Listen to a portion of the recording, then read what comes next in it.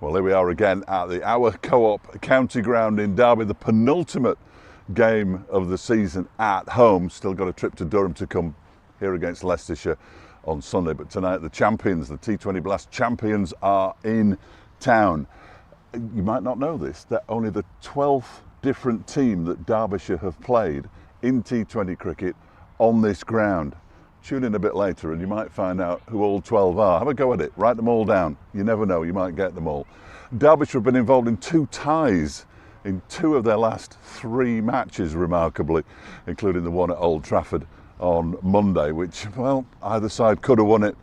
Terrific last delivery from Nick Potts to clinch the victory, to sort out the tie. Last ball of the match, middle stump out of the ground. There is no finer sight for a supporter or indeed a quick bowler than to see the middle stump go cartwheeling. They'll be looking to finish on a high, I'm certain, Derbyshire, with those 3 games left. Qualification, possibly out, but if they win their last 3 games, you just never know. They have to win tonight. Somerset will be thinking exactly the same thing as the reigning champions. As I said, they have had a less than impressive performance so far in the group stages, and they'll be wanting to show 1 or 2 people, having beaten Northamptonshire comfortably the other day, that they are still a very good side. So stay hydrated. It's going to be a warm one tonight. It's already really hot. It's going to get warmer as the days go on. Make sure you stay hydrated and enjoy the action here at the OurCoop County Ground.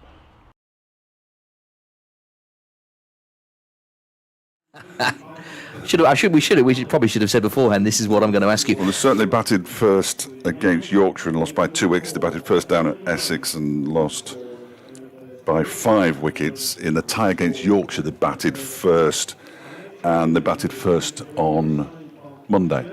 So 4 times. Okay, so 2 ties and 2 defeats. So it doesn't really tell us anything Sorry. particularly. No, that's fine. We should have had a chat. Or I could have looked at myself beforehand. Well, no. Bowling first, Greg. What are the fundamentals? What do Derbyshire need to get right? Because clearly it's a much more difficult or much more different discipline when you're bowling the death overs, when you've got a target to defend, as opposed to Somerset getting first go. Look, they've played a handful of games. That they're over 2/3 of the way through the competition. They know, hopefully, what works, and they've got all the talent out there that they need to get over the line. It's just about using.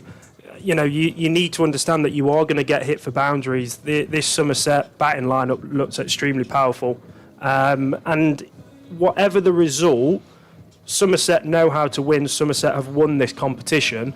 They should take so much in about the way that Somerset go about their business for future reference as well. So they haven't seen too much of probably the Somerset batters, so that will be another sort of conundrum that the bowlers have to think about. But they're on home territory, they're on home soil. They should know how to bowl by now. You'd hope so, wouldn't you? Yeah, you'd hope so. Nick Potts has been outstanding in this season's competition and wouldn't have been anywhere near it had Zach Chappell been fit, had Harry Moore been fit, had they had Pat Brown available, which of course he hasn't been throughout the course of the competition. Leading wicket taker with 13, including a 3 for 29 the other week here against Lancashire. He's been superb, having come into the side of the county championship down at Lords to take on Middlesex, and has kept his place in the side ever since. So hats off to him. Jack Morley, I thought, was a little bit unlucky to lose his place in the side, having picked up 10 wickets in the first 6 matches, but obviously Sufyan Makeem coming into the squad, he took over, and he's subsequently got 6 as well. So, and Akif Javid has got better and better and better as the competition has gone on. Yeah, 1 for 39 at Old Trafford earlier this week, but he picked up 4 for 36 here last week. 3 of those were in the last over, which sort of puts a bit of a gloss on it for me, because they were very much tail-enders when they were closing their eyes and swinging the bat. But at least he got them, and he bowls really quickly. I think the bowling, you look at the bowling lineup, you look at Matthew Montgomery, 3 for 12 from 4 overs against Lancashire, the 3rd most economical completed 4-over spell in Derbyshire's history. I'll be asking you later on who the other 2 were, Greg Cork, because we did mention it this time last week, and I can't remember them both at the moment. So no, I can. So they've got the tools. They just haven't been able to put it together, and in those I believe sportsmen these days call them clutch moments. Clutch moments. And I don't know what a clutch moment is. But in those clutch moments, they have let themselves down and therefore let the families, you know how it goes, Yes. families, supporters, everything else. And that's where they've let themselves down, in those really important moments in which a game can turn, and it can turn so quickly in T20. Yeah, it certainly can. Somerset, we know, are one of the big hitters of this competition. They've won it twice in the last 3 years. We know their side is full of talent and full of firepower. We've discussed, and I'm sure when Andy's with us during commentary, we'll find out a bit more about why Somerset maybe haven't hit the heights of last season. Injuries, of course, haven't helped. They've been on the wrong end of some very, very tight results as well. And the elephant in the room, which we may as well bring up now, is that the first ever meeting between these two in the quarterfinals 4 years ago ended with... I'm losing you. Yes. It was a tight game in the first couple of overs. Well, it's the most embarrassing game in Derbyshire's history in any format of cricket, essentially. 200 I can't remember exactly how many it was now. 265. All right, no need to which go I think on. is the record. No need to go on about So, it. so And Derbyshire were bowled out for double figures, and of course Matty McKinnon with the world record worst bowling figures of 0 for 82 from 4 overs, including an over that went for 34, which included one of the widest deliveries I think I've ever seen. It was a bad night. And that we don't have to mention it ever again now. We've got it out of the way. Anthony can mention it as much as he wants when he comes on, because I've got an answer to him, so we'll be excellent. All right. So, Greg, when you're up against a team, and obviously all of these players will be well aware of the talent, psychologically, how much of a part can that play, knowing you're up against a side you very rarely play in this format, but knowing actually we've got one of the country's best visiting? I always found it exciting playing against teams that you've never played against, because it really sets the bench to maybe how better you are or how worse you are than a fantastic outfit like Somerset. You look at the top 4, top 5 international class from, recently with Thomas Rue behind the stumps for England. You've got his younger brother as well, but also as well you've got Will Smead and also Tom Kohler-Cadmore as well, that have played international, that have played white ball cricket around the world as well. So it will, and also as well the 2 overseas that have got amples of experience under their belt as well. So it will be interesting to see how hard they go in the power play, and maybe Derbyshire can take a leaf out of their book. And as always in this scenario, it's trying to keep cool. If the power play is 70s, 80s without loss, it's not losing your head and trying to rebuild. But against a side like Somerset, I imagine again that must be a very difficult headspace to get into. You have to accept that these are world-class players, and your margin for errors are so fine that if you miss it, you know you're going to get sent to the boundary. I don't know whether it's a good thing knowing that Derbyshire can chase over 200. Does that make you a bit more complacent, or do you think, right, we're going to try and reduce them as much as possible? However, we are playing against the defending champions. Keep saying it, because your record of saying things that and the exact opposite happens is magnificent, genuinely magnificent. So Somerset have won the toss, and they will be batting first here at the county ground, where the sun continues to shine. It'll be tremendously warm in the sunshine. No surprise that there are many in shade at the moment. There's a big old queue for the bar and the burgers and fries van. We can see the umpires beginning to wander out from the pavilion, going through the tunnel of mascots, waving their blue and white flags of Derbyshire. Umpires all in pink, as Somerset will be, and Derbyshire in their familiar blue. 3 T20 matches to play. Derbyshire realistically need to win all of them to have a chance of a quarter-final place, with a trip to Chester Street to come on Friday, and then Leicestershire at home here on Sunday. And from a Derbyshire perspective, they will just hope that there is something to play for in that East Midlands derby. Ball-by-ball commentary then to come here on BBC Radio Derby. Delighted to be welcoming BBC Radio Somerset's Anthony Gibson to the commentary box alongside Greg Cork and Dave Fletcher. Thank you very much, Chris Coles. Yes, out come the Derbyshire players. Just a quick word on that game in 2022. It is only correct, and and right that we mention it. Only 2 of this current Derbyshire side played in that game, remarkably. It's Harry Kame, who's playing his first game of the season in the Blast, and Wayne Madsen, who's been here for 150 years. George Scrimshaw in that game, I hope to mention George as well, whereas Matty McKinnon, bless him, went for 82 in his 4 overs. George Scrimshaw bowled 4 overs, 2 for 16, which is insane, all things considered. There we go. I'm giving you the 2 sides, I don't think yet, but Will Smead and Thomas Rue are opening the batting for Somerset. Anthony Gibson is settling himself. No, don't press any of those, Anthony. He's settling himself in. It's a very complicated setup here. I'm not saying that to you. I'm saying that to the listeners, Anthony. But welcome to the county ground in Derby again. As I discovered, apparently we worked together here before. I can't remember it. I can't remember quite it recently, 2023. Was it? Matthew Montgomery bowls the first over from the racecourse end, and it's pulled around the corner very nicely by Will Smead. He's only going to get a couple of runs for it, as it is fielded out there by Yusuf bin Naeem, who's fielding at deep backward square leg, one of 2 players outside the circle. I can't find the other one. Oh, he's down below as Ross Whiteley. Last game of the Royal London One Day Cup, as it was, I think, back in 2023, or it might have been the Metro Bank. I still can't remember it. I'll look it up. Somerset won. It was the only game they won in that campaign. That might be why I can't remember it. I'm not sure. Sean Dixon, captain. Here comes Montgomery again. That one is driven, but straight to the man at mid-off. It's Martin Anderson there at mid-off. There's no room. So Montgomery, as he has done for pretty much most of the T20 Blast, bowling the first over, and he's in again to Smead, who goes back and chops it away, and that'll be 4. Well, Anderson thought about chasing it, then decided not to bother, and it's gone all the way to the boundary. When you see the ball fly past you, you think to yourself, I could have actually dived there. There's nothing actually worse than I think he could have than feeling that way. Yeah, no, I think he could have done, but I'm not going to tell him. So unless the Andersons are watching the stream, which I know they do, nobody will ever know. 6 without loss.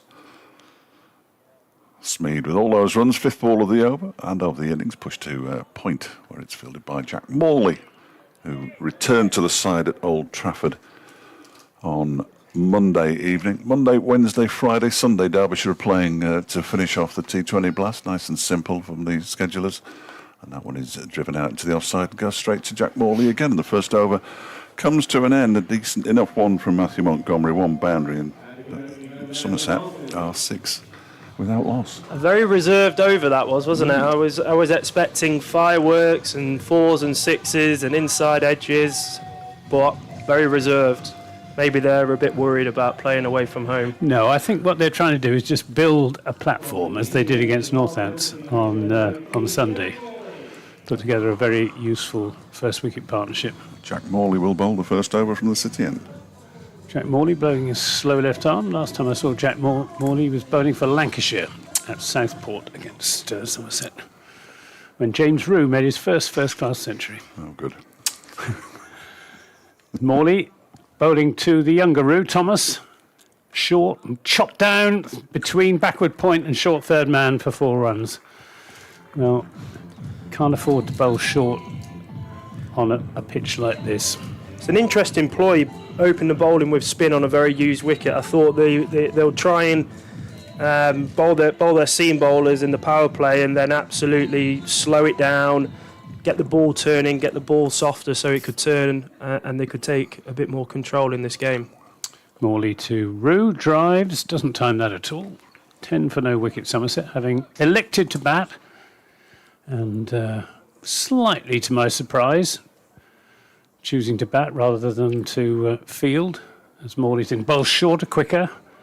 Played by Rue back to the bowler. They did win at Wantage Road on Sunday against Northants after being put in, so maybe that's good win as influenced well. it. Good win as well. It was, after a fairly depressing campaign. Morley in bowls, and Rue is going to be, maybe should have been caught at mid-wicket, just out of the reach of the fielder there, who is, Greg?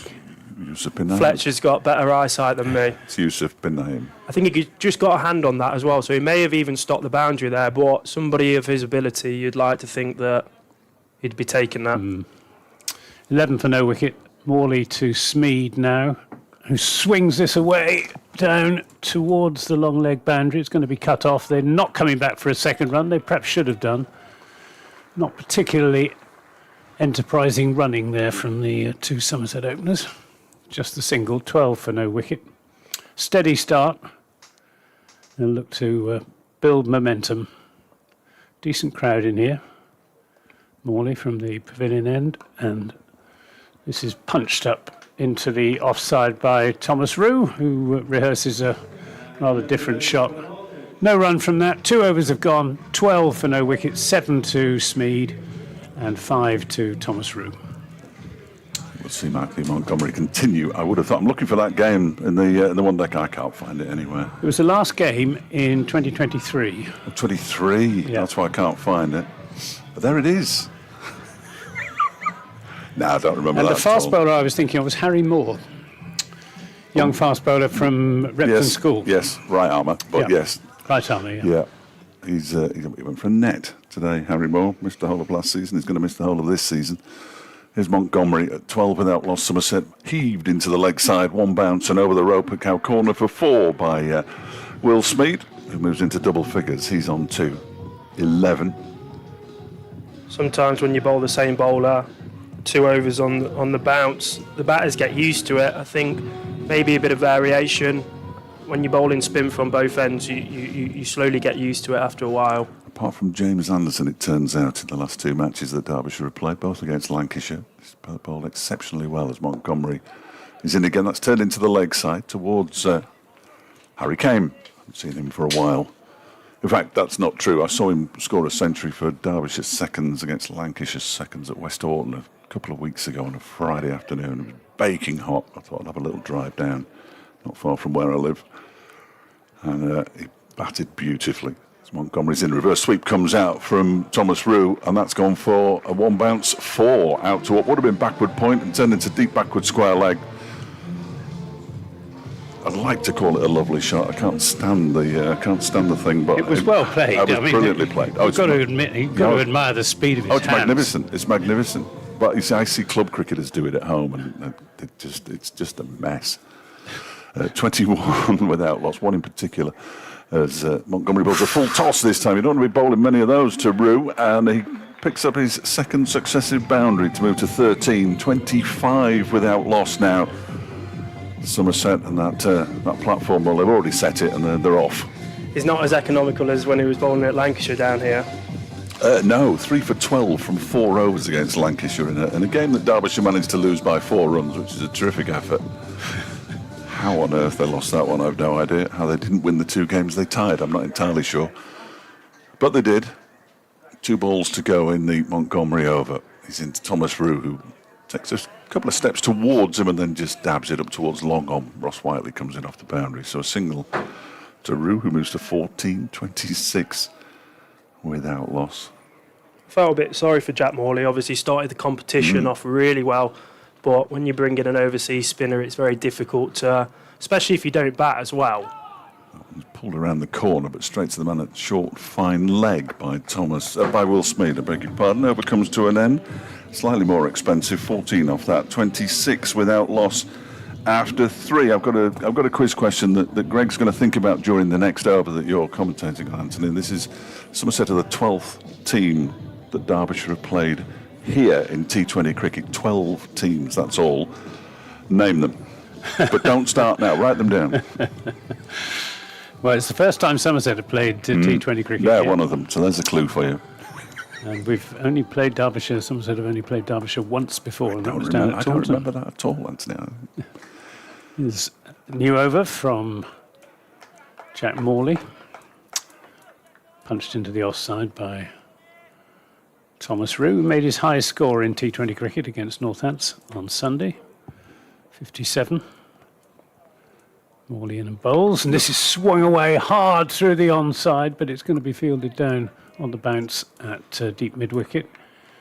So it's just the single, 27 for no wicket. Nick Potts out there in front of the players' pavilion.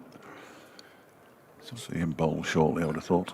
It's an admirably readable scoreboard, I must say, the one here. This is driven through the offside by Smead. He had to reach for that, but he picked his spot. It was in the air for quite a long time between backward point and cover. Brings him 4 runs, takes him on to 16, the score on to 31 in the 4th over. So it's a decent start, not an explosive one yet. Somerset will be looking to, as I said earlier on, to build a platform. Morley with his slow left arm from the pavilion end, short, and Smead goes for the pull shot and misses it. Picked up by Anaran Bevan from behind the stumps. I knew I was going to call him Anaran Bevan. Yes, it happens all the time. Morley in, bowls. This is up in the air. I think it's going to be 6. Very nearly a catch to Nick Potts, but it was 6 indeed. Signalled by David Milnes, but he didn't get all of that, Will Smead. His heart must have been in his mouth for a time. He got out playing that shot against Worcestershire a week ago on Sunday. Probably the hardest position to field, especially with the sun going across the county ground as well. I'm glad he's got sunglasses on. Yes. 37 for no wicket. Morley to Smead, who hammers this through the offside. It's very well fielded at backward point, at cover point by Harry Kane. So no run. 37 for no wicket after 5 overs. Is it 5 overs or 4? 4 overs. Yeah. Beg your pardon. It's perhaps I can't remember the game down at Taunton because we didn't work together on that one, did we? We did. No, separate you were on your commentaries. own down on the Thatcher's Terrace. Yes, screaming, Solitary splendour. don't bring him back, I kept shouting, but nobody was listening to Well, me. I felt so sorry for Matty McKernan and why he was made to bowl that 4th over. Unbelievable, wasn't it? It was just cruel, I thought. Yeah, I was entirely with you. Bit of pace now. Akif Jabbar, the Pakistani left armour, and he is quite rapid. Bowls to Thomas Rue, who defends that one into the onside. He's been getting better and better. Unfortunately, there aren't enough games left now for him. He's got no number either on the scoreboard for some bizarre reason. He definitely wears 88, but no number on the scoreboard. Oh, there is now. It's just appeared. They're listening. You've only got 10 there. I've got 10. Yeah, it's not I've enough got though, is it? 2 that I'm 50-50 Well, on. they've never played Middlesex or Sussex, so you can lose those 2 for a start. Here is Akif in again, bowls, and this time he's gone for the ramp shot. There's an appeal for leg before wicket. I reckon that would have pitched outside leg. Probably wouldn't have hit leg stump either. But Rue misses out, ball goes through to an Aaron Donald. Not sure about that ramp shot. It's all right when it's perfectly executed, you see. It's like the reverse sweep. He's tempted into it because third man and fine leg are up inside the circle. It just worked out. The reason we can't hear much from outside is because I didn't have the effects on. They're on now. 37 without loss and a couple of dot balls to begin the over. So a good start from Akif Jabbar, who's in and bowls. And this one is a sort of defensive push backward a square on the offside. Goes to Jack Morley. They pick up a single. Rue moves on to 16, 38 without loss. You've added Glamorgan now. No, that's hopeless. It's not them. You're right. Somerset, Notts, Durham, Lancashire, Yorkshire, Warwickshire, Worcestershire, Leicestershire and Northampton, who they play all the time. Hampshire, who they lost a quarter-final to here in spectacular fashion. Not long after I started covering Derbyshire. I thought it was my fault, but it turns out that they're not very good at T20 cricket anyway. 1 run off the first 3 balls. You'll not get it because I'll have to give you a clue. Akif is in, bowls to Smead, who pushes this out into the offside. Madsen comes in and feels a cover. It's not a minor county, is it? You're not going to throw It's the exact opposite of a minor county. If there is an opposite of a minor county. Well, I think I know who it must be. Yes, well, there was 2 of them. I can't carry on this much longer. They were both touring sides. What do you mean? Don't throw your hands up like that at me. It's a great question. 38 without loss. 2 balls left of the 5th over. Nice hum around the ground as The jab is in, and that's pulled into the leg side. Yusuf Benaim is out there and gets his body behind the ball to do the fielding, and they pick up another single. Smeed moves to 23-39 without loss. So they played against the touring West Indians in about 2008, I think it was. I'm not sure. I wasn't here. And they played the touring Indians before they played that postponed fifth test. Do you remember that? After they postponed the fifth test during COVID, so they were playing at I think they were playing at Edgbaston. So they came up here and hit the ball about a bit. 39 without loss. Javed is in. That was driven straight back down the ground. It's a glorious shot. One bounce, four. Really nice way to end the over by Thomas Rue. And well, you won't get a straighter drive than that. He moves on to 20. And Somerset at the end of 5 are 43 without loss. Yeah, much better shot from Thomas Rue rather than trying those ramps and scoops and what have you. It's the modern way, Anthony. Well, I know, I'm but told. Relatively short boundaries here, aren't there? Straight boundaries. Straight, oh yes, yeah. So it's a good way to go. We've got a bowling change from the pavilion end with Nick Potts coming into the attack. Derbyshire's leading wicket taker in the competition now this season with 13. I've been really impressed with Nick, as we keep on saying. For me, I think he's going to be my T20 player of the season. Is there a trophy? He's going to be bowling right arm seam up. First time I've seen Nick Potts. Well, we haven't seen much of him. Bowling to Smeed, he's in bowls. Smeed just drops this into the onside, sets off for a comfortable single because mid-on is right back. Ross Whiteley right back on the edge of the fielding circle. 44 for no wicket. We're in the last over of the power play. Be interested to see how they play this last over. Usually teams go pretty hard, especially if they haven't lost a wicket, but very conservative, should we say, for Somerset in this power play so far. Here's Potts to Rue. Who hit this up in the air. Could be a catch, might be safe, will be safe, and it's gone very nearly. I think it has gone for 6.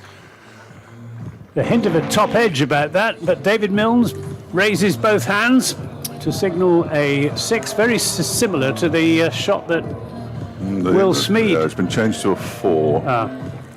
I think Ross Whiteley actually turned around and said, no, it bounced just in front. I couldn't tell from here. But it's a long way away from us. It's a very long way away. I think what's impressive is these guys are not that old at all. They're still pretty young in their career, but they're showing great maturity here. They know that they're building a great platform for the middle order to come in and really start pushing the foot down. Potts in bowls, and he gets hold of this one. Much better, Thomas Rue, and that has gone for 6. Over long on, no doubt about that. And it went over cow corner, but it was by no means a slog. It was quite a straight batted pull shot. He's hugely promising, Thomas Rue. He's just 18 years old.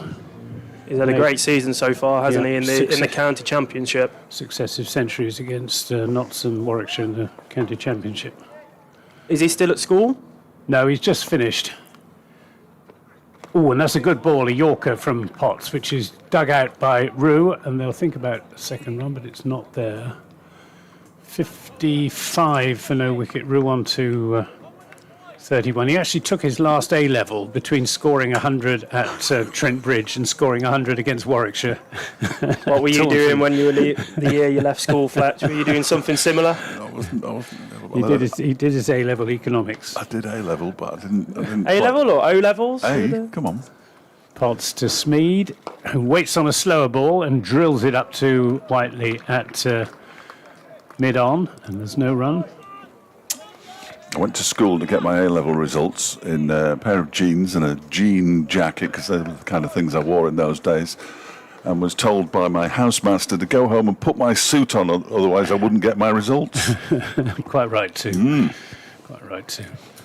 Last ball of the power play coming up. Potts from the pavilion end bowling to Will Smeed. He's in, bowls a good length ball, which Smeed launches over the straight mid-wicket boundary for 6. That was in the slot and got precisely what it deserves. And that's the end of the power play, and it's been a good power play for Somerset. 61 for no wicket, 30 of those to Smead and 31 to Thomas Rue, and they've had roughly equal share of the strike. Smead's 30 coming off 19 balls and Rue's 31 off 17. What a fantastic power play that is for Somerset. Really dangerous position now to kick on post power play. Yes. I think they've been looking for that ball. It went over the roof of the members' pavilion. I've seen them crash into the roof. And Andre Russell stuck one on the roof when he was playing for Nottinghamshire and broke one of the tiles. There was a couple went on the roof last week as well from an Aaron Donald, but I've not seen one go over the roof before in the same way. And I think tonight we could see it again. Only twice have I seen the ball clear the media centre. I won't say who did it, Greg, because I know it gets on your nerves. And I haven't spoken to yours tonight, so 61 without loss. Thank you to Big Clive, who's trying to cheer me up. It's not necessarily working. They're taking drinks at 10 overs because it is exceptionally warm out there, and that makes a lot of sense. If these two are still batting, they will be very warm. Sufyan McKeem. Yeah, looking forward to seeing this guy. Yeah, he's useful. Left arm wrist spin, bowling to Thomas Rue initially. It turns an absolute mile. Slowish turn, and Rue ended up really reaching for that one. Got his toe end, the toe end of the bat on it, but no more. Went straight to Martin Anderson, who's at short third man, and now he's sweeping, but he's sweeping it straight to the fielder at short fine leg, who is Akif Javed, who likes bowling. I think that's what we can safely say about Akif Javed. He likes bowling. I'm not sure he's a big fielding enthusiast, and he certainly doesn't appear to enjoy batting that much either, but he likes bowling. They've taken all the catches, though, the two overseas players for Derbyshire. McKeem dropped one last week, didn't he? Was it last week or the week before? He has dropped one. Not off his own bowling, though.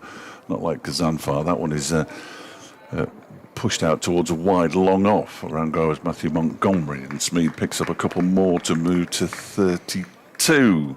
They both have 32, and Somerset, as a result, have 64. Not a single extra in the first 6.5 overs for what it's worth. Quite frankly, it's not worth very much. Going along very nicely at just under 10 and over. McKeem bowls, drags that one down, pulled into the leg side, out towards Jack Morley. And they go through for the single, 65 without loss. Who's going to be your sixth bowler for Derbyshire now that Aitchison isn't in the team? Well, Anderson will have to bowl some. Drag that one down as well, McKeem, and it's pushed out into the offside. Just backward of square, Nick Potts comes in off the boundary to do the fielding. Do they give Whiteley an over or two? I'm not sure. He's bowled once, has he, this season, Ross Whiteley? 1 over for 27 in the first game of the season that they lost by 6 runs here against Durham. McKeem is in again, sweep shot, nicely played, but again...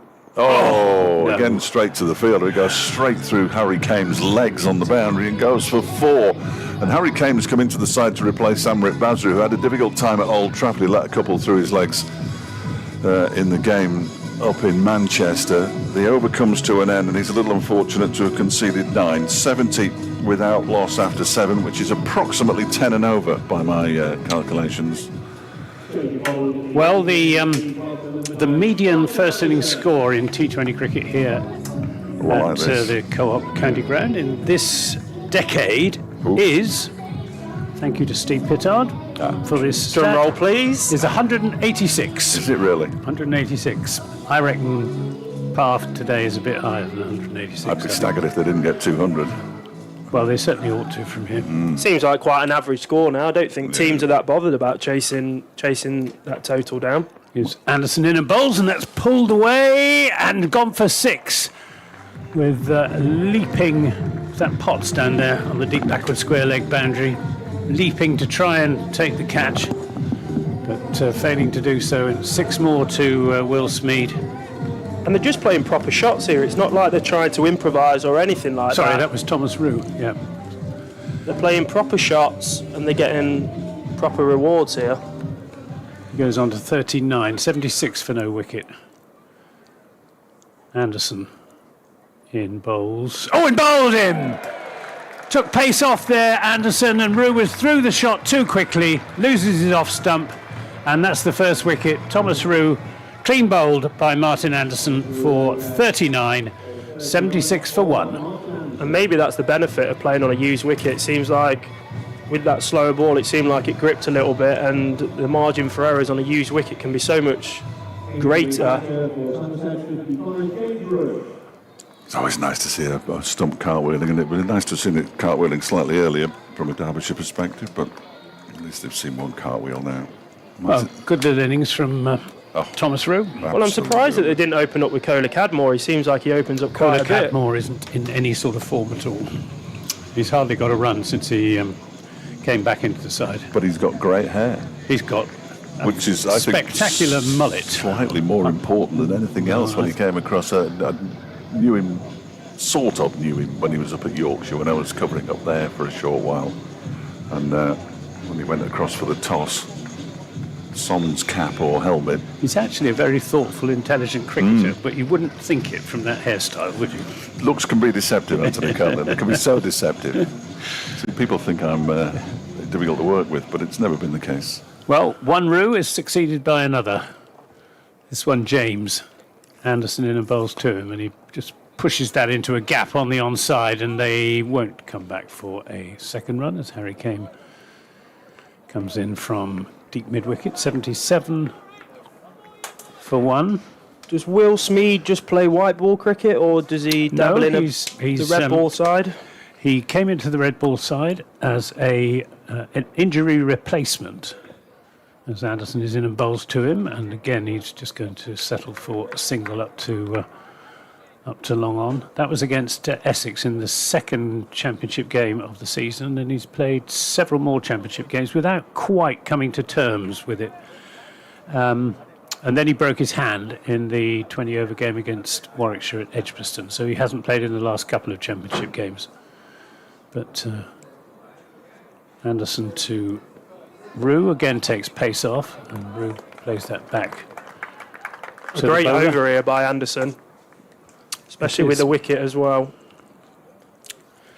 Just gone for 8, including the 6 off the first ball. James Rue is the opposite of his brother in some ways. He's naturally a red ball cricketer who's making his way in white ball. And he doesn't time this, tries to hit it too hard away into the onside. It'll bring him a single, takes him on to 2, score on to 79 for 1. Whereas Thomas Rue is very much the modern young cricketer with all the shots. You know, he's naturally a sort of white ball cricketer who can play the red ball game very well as well. But you know, they're very dissimilar as brothers in the way that they bat. 39 came off 22 balls with 5 fours and 2 sixes, which is decent return opening the batting. There's just a slight delay here. Sophia McKean is going to continue, but the batters are having a chat with each other, and Aaron Donald is just sorting his field out at the moment still. McKean, whose first over went for 9, including a 4 through Harry Kane's legs. He's no longer on the boundary because it's the left-handed James Rue, and he turns into a right-hander and he puts it straight up in the air. He's going to be caught, and he is caught. He went for the reverse, and he's caught by Akif Javed. The commentator's curse there, saying that this guy's a red ball cricketer playing all the straight shots, and with the well, he does like the reverse sweep. But top edge that one. He might not like it for much longer. A little bit of extra. He should, I think, have had a bit of a look at the left-arm wrist spinner. Probably just done by the extra bit of bounce that you get from wrist spin. Top edge, straightforward. And also as well, when you're facing left-arm spinners, you're not really used to it because there's not too many of them around. So even though these guys are fantastic players, you still have to sort of give yourself a couple of balls just to get used to it. And we keep on saying it's on a used wicket as well that brings a different nuance to facing these spinners. And he turned himself into a right-hander. There was not a lot going for him there, really, was it, in the end? And he's paid the price, unfortunately, 79 for 2. So Derbyshire hesitate to use the phrase fighting back, but they're sort of fighting back. 2 off 4 deliveries for James Rue, and it is Kohler Cadmore Well, they didn't take the 3 wickets in the power play, did they, Dave? Oh, I've gone away from that now. That one's dragged down by Sofian McKean. And Cola Cadmore is off the mark. Looks like Cola Cadmore's found home now down in Somerset, playing previously at Worcester and Yorkshire. Yes, I think he enjoys himself down in Somerset. Especially being a batter, batting on that pitch.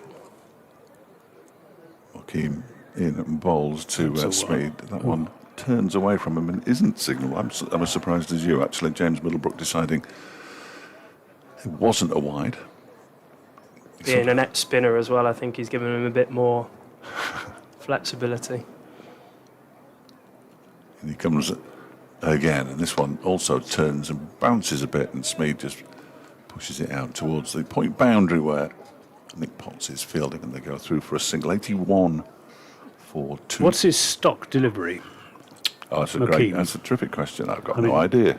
It looks like at the moment he's bowling googlies. Yeah. It looks like he wants the batters to play right across the line here. McKean bowls, stock delivery, and it's pushed up towards mid-off. I thought you were going to ask me to read him as well then for a moment. I've got no idea. And of course, we don't speak to either of the 2 Pakistan overseas players because they don't speak English. All right. So I don't have the opportunity to speak to either of them, which is a bit of a shame. Does seem to be turning it away from the right-handers, which is the googly. That one played off the back foot out towards Nick Potts for a single. He takes his cap at 83 for 2. So just 4 runs off that over. A good over from Sofian McKean. Picks up a wicket and only goes for 4 runs. That is an absolute triumph in the current circumstances as far as Derbyshire are concerned. Smeed has 40. Tom Cola Cadmore has only faced 2 deliveries, got a single off them both. He has 2. Somerset just need to take stock now. This is an important partnership. They don't bat deep, this current Somerset side, without Tom Abel and Tom Banton and Lewis Gregory. With Lewis Goldsworthy, who's not a big hitter, due to come in next. Morley to bowl another over from the pavilion end. This is swung away by Cola Cadmore with no timing at all. It's just going to be a single, 84 for 2. It's interesting to see how Smeed's playing because usually I think he's similar to Donald. He's very explosive, plays a lot of white ball cricket, but I feel like he's playing a very mature knock here. Just as he said, it looks like Somerset don't bat too deep, so he's taking that real ownership. Cola Cadmore won't get a wall, dear. And another misfield. Wayne Madsen. Very unlike Wayne Madsen. He's 43 now. He's 42. How dare you, Dave? How dare you, Dave? So it's James Anderson who's 43 then. I knew one of them was. This is turned into the onside. I'll give you a Wayne Madsen stat, courtesy of Steve Pittard. He's scored more runs in domestic 20 cricket than any other 40-plus cricketer. Oh, okay. Because they all retire before 40. That's He's probably scored why. 937 runs since he turned 40. This is played up to long off by Cola Cadmore, and they are just taking stock, just drawing breath, these two. I think they appreciate how important their partnership is. Somerset can't afford to throw wickets away. Unfortunately, this season he's only got 181 runs. Morley into Smeed. Gives himself a bit of room and punches it up to long off just for a single. 88 for 2. 1.5 century for Wayne Madsen this season. That was at home to Yorkshire at Chesterfield. What do you think to Tom Cola Cadmore's trainers' spikes, Dave? Ostentatious, aren't they? Yeah. Short, and Cola Cadmore goes for the pull shot, misses it, and rehearses the shot. But I think the way he played that indicates the fact that he's not really in any sort of form. He'll be trying to play himself into form. The hydration break. Yeah, the hydration break. I hope the entire crowd boos it. Come on, boys, you don't need it. Down at Taunton, we don't have hydration breaks. We have sidration breaks. Very good. Yes, we didn't have time to have a drink in the T20 quarter-final, did we? Well, they did, because the ball was flying to all parts, so it wasn't too bad at all as far as taking a bit of a rest was concerned. The other game in Somerset's group, beg your pardon, is down at Cardiff. Glamorgan against Northants Steelbacks. Northants 87 for 2 in the 9th against Glamorgan, and Somerset want Northants to win that game. They're top of the group, and I think they'll be top of the group come what may. So if they can beat Glamorgan, who are one of Somerset's rivals for the third place. Or even second place, then that would do Somerset a big favour. The other game in the North group, the game in the North group, because this is obviously a cross-group encounter, is Leicestershire against Durham, and I don't think it really matters who wins that game, in all honesty, as far as Derbyshire are concerned, but Leicestershire 77 for 3 in the 9th over. That game taking place not too far away from here at Grace Road, as the music continues to bellow out. I say music, some bloke with a computer. It's never been music, has it really? But there we are. Of course, we all know it's Deruda with Sandstorm. Yeah, Colsey at the back. He's hit with the kids, as you can tell. Did you know what it was, Greg? I was waiting for you. Thank you very much. I didn't. I think we've got time during the brief break here, as David Milnes also. Well, he has a drink and then puts it in his pocket, remarkably, to talk about Greg's moustache. Which All is for a good cause. Is it? No. No. I thought you'd lost a bet. I wasn't sure. Is it coming home, Fletch? Is the football don't coming home? Start on all that. I think France are going to win it, but I mean, it might do. Who knows? Who knows? International sport. Martin Anderson's going to bowl the first over after the hydration break. Bowled 1 over already for 9. Even though he's got a wicket as well, of course, but his first ball that he bowled went for 6. And then bowled quite nicely after that. So hopefully he's learned. He's got 3 men out on the leg side. This must be the longest Derbyshire have been able to hold 2 overseas throughout the competition. Yeah, that's not far from being right. The first ball of the Anderson over is pushed by Smead out into the offside. Nick Potts with his terrific arm. Thank you very much. Stuck to my elbow. What do you think par score is? What do you reckon they're looking at? 200? Yeah, around about 200. I'd have thought if they don't get 200, they'll be very disappointed. But I think one more wicket for Derbyshire puts them in the mix here. Yeah. Obviously, you've got Daniel Sams as well. He's a very dangerous batter as well. Sams has played Derbyshire 3 times in T20 cricket. I was looking him up before. This one is played very nicely out into the offside by Cola Cadmore for a single. Good to see that he's got Cola Cadmore on the back of his shirt, and not as you see when he's playing out in Abu Dhabi, TKC. He's got the full Nickname is Pepsi. Absolutely. A good nickname. It is. There are some that aren't so good. Martin Anderson's is Pasty. That one is pushed out into the offside by Will Smead. He moves on to 45. Why Pasty? Well, he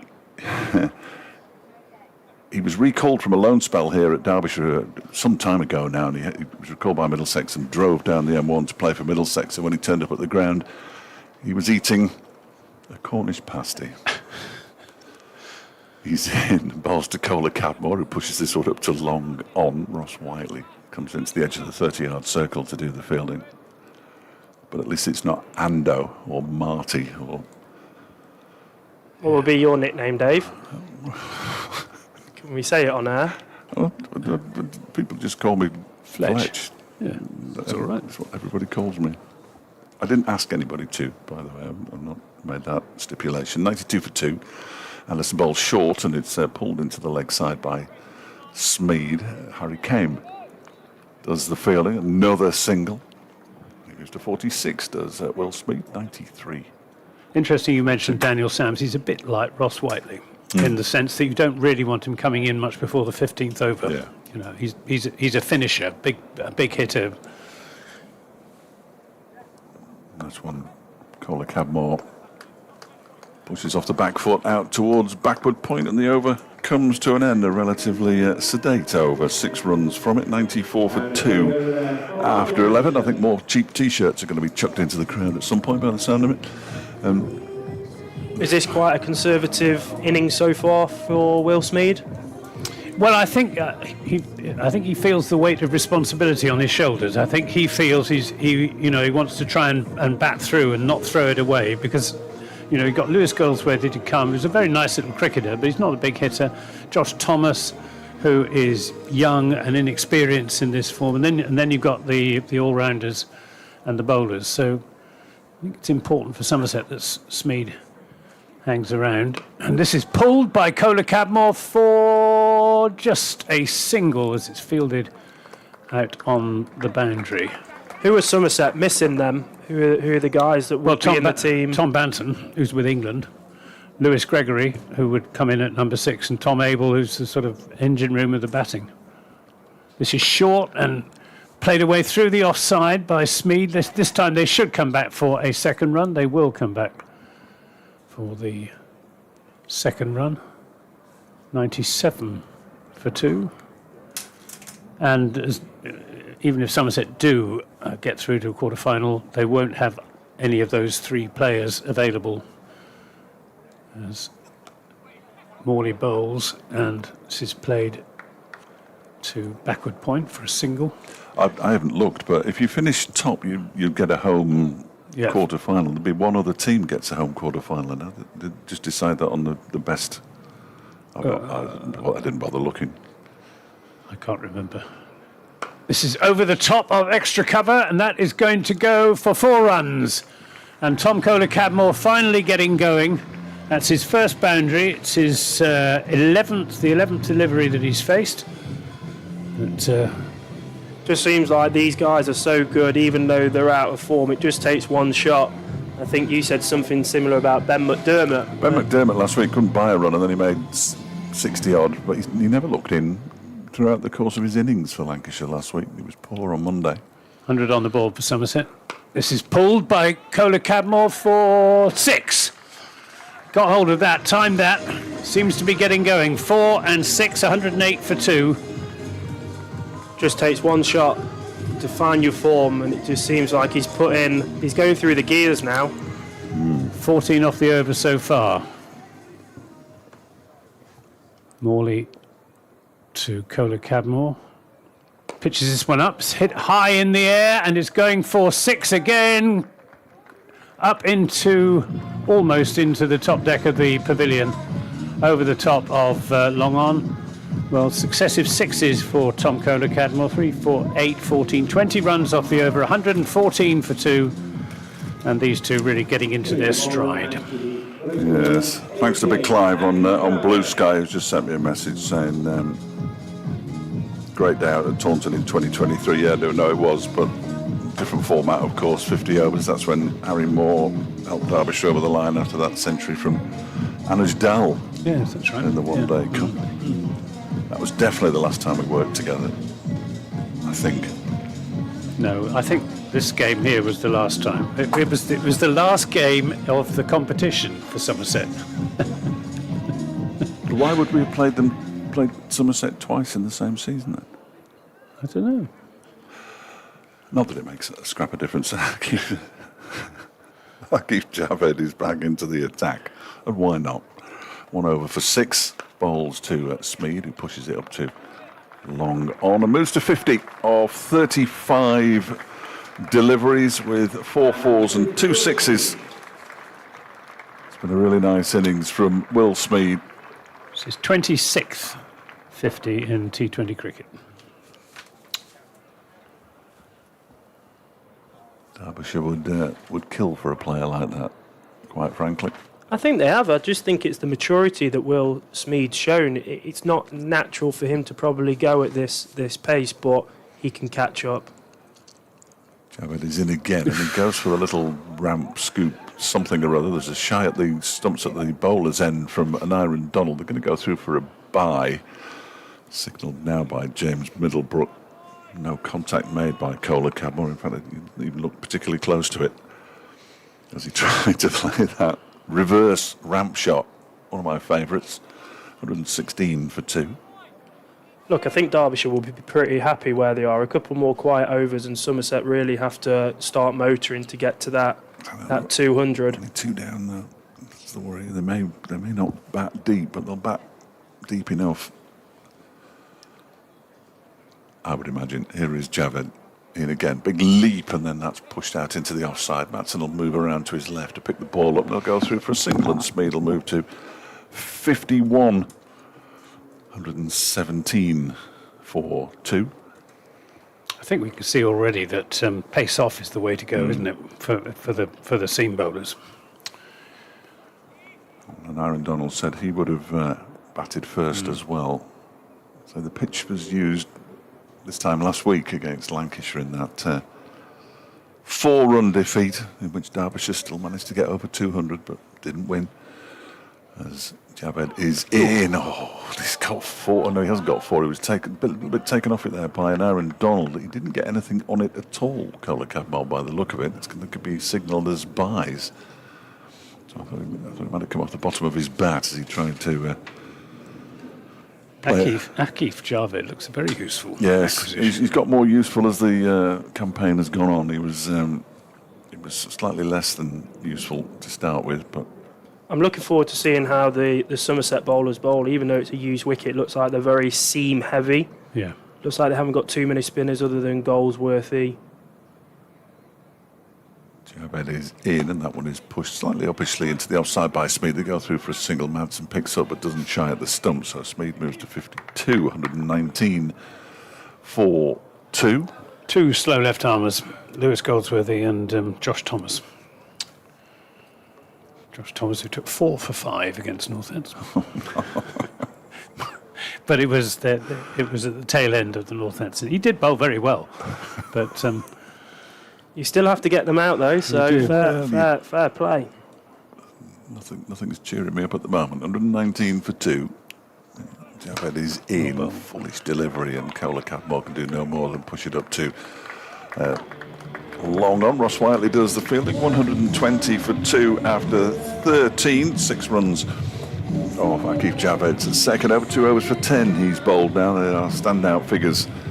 Although Sufyan Makeem's 2 overs 1 for 13 and Martin Anderson's 2 overs 1 for 15 are not far away. And here is Makeem for the first time from the City end. He's bowled his first 2 overs from the racecourse end.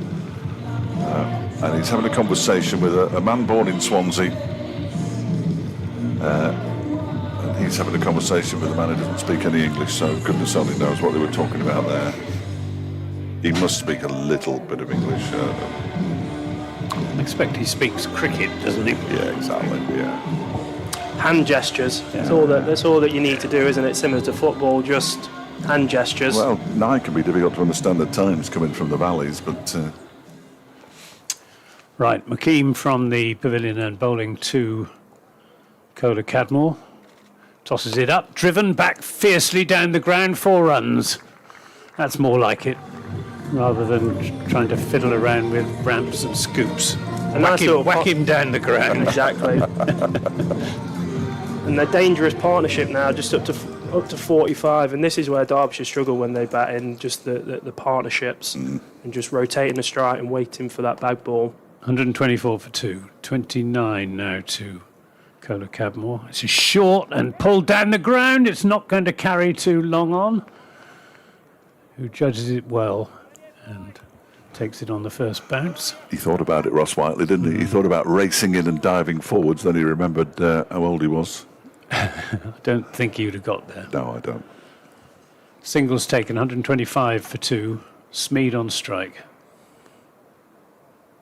Makeem bowls short, and that's gone for 6. That's going away into the car park, bouncing up to the ice cream van. Almost onto the ice cream van. That would be very exciting. You want what to land in a cone or something, don't you, if it gets that far? You really can't afford to drag one down like that to a batsman. Especially like against these good batters. Even though Smead's played quite a conservative innings, he can still... He's that good that he can put away the bad ball. 58 from 38, Will Smead. 131 for 2. in the 14th over. McKean bowls. This is pitched up and comes off a bottom edge and runs down to Anderson, short third man. It's just a single. That's the way to go, though. He just needs to pitch it up. He's going to go. I think the frustrating thing is just how Javad's probably peaked a bit too late for Derbyshire's liking. Far too late. It's McKean bowls, and Kohler Cadmore slaps this up to long off just for a single, 133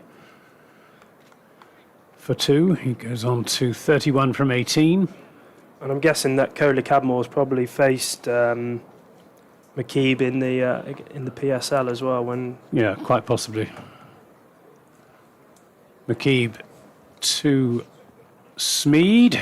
Oh, gets a top, gets an edge, and there's a shot at the stumps. And if that had hit, I think Kohler Cadmore would have gone. He's not the quickest between the wickets, Tom Kohler Cadmore. But Anderson had all 3 stumps to aim at. Just missed one. Just missed on the right-hand side. They got through for the single. It's 134 for 2. 14 overs have been bowled. 6 remain, and 200 still very much on the cards. Absolutely. The most willing 12th man in the history of 12th men. Shoaib Bashir removes the helmet from the playing area because Martin Anderson is going to come back on to bowl.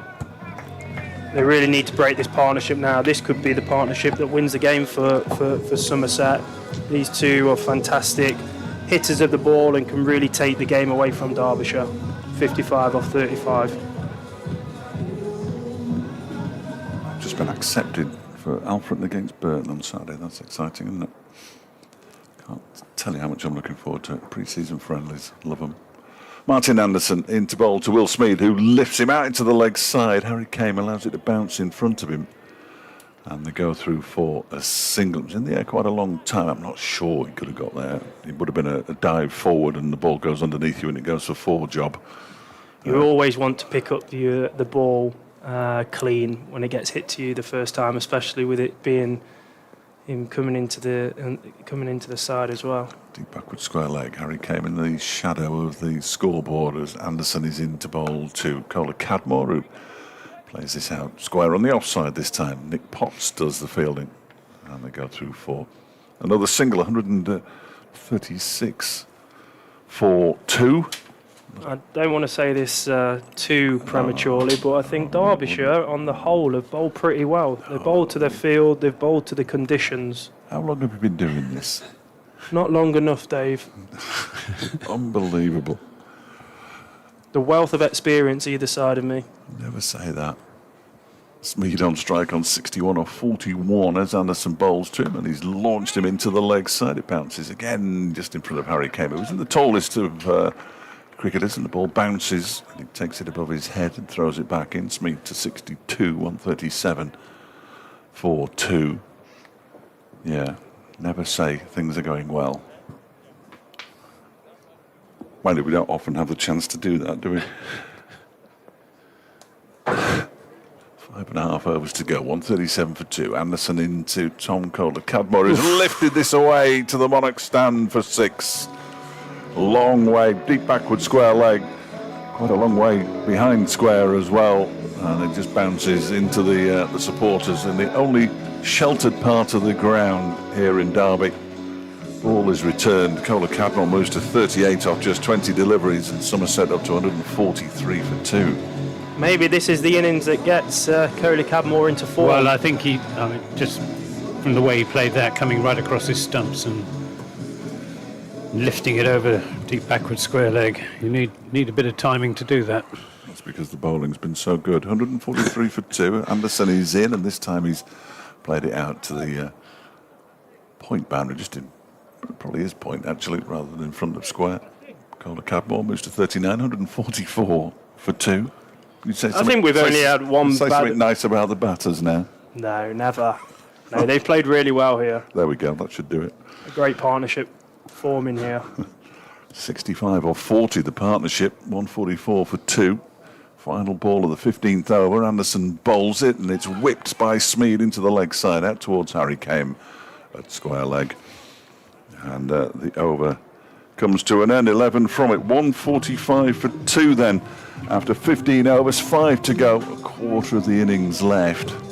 And as we keep saying, 200's definitely on as Nick Potts removes his cap to bowl what will just be his second over. His first went for 18. Batsman just having a drink brought out by Cian Roberts, I think that is. Somerset 12th man, young man from Cornwall. I'm not surprised they need a drink. I was surprised how... I mean, we went for a walk around the boundary at about 3 o'clock and it was blisteringly hot then, but it hasn't cooled down at all. And we're in for a heat wave as long as the one as we had. You won't remember this, Greg, of course, in 1976, they're saying, which was the year when every cricket outfield looked the colour of the pitch at the moment, as I remember it. It did. It certainly did. I was only 13, of course, but... I spent the latter part of that summer doing drought tours with presidents of the National Farmers Union. Yeah? Surveying wasted crops, you know. That was remarkable, wasn't it? It was horrendous. Yeah, it was. That started very dry. Here's Nick Potts from the pavilion end in bowls to Kola Cadmore, hits him for 6. Away over into the car park again, and this time it's going to... I think it has hit the ice cream van on this occasion. I think they must take insurance out because the amount of times that's been targeted. They need some free ice creams for everybody if you hit the... perhaps you have to hit it on the full or get it through the little window or something. This is going to be the over where they're going to attack now. They need to put their foot down to get close, or if not above 200. So they've been in long enough now. So this is where we'll see the true class of both batters here. Smeed on to 69. It's his highest score of the season in T20 cricket. 59 his previous highest. Potts in and bowls, and he slams this over the top of extra cover, who leaps Wayne Madsen to try and take the catch. A gallant effort.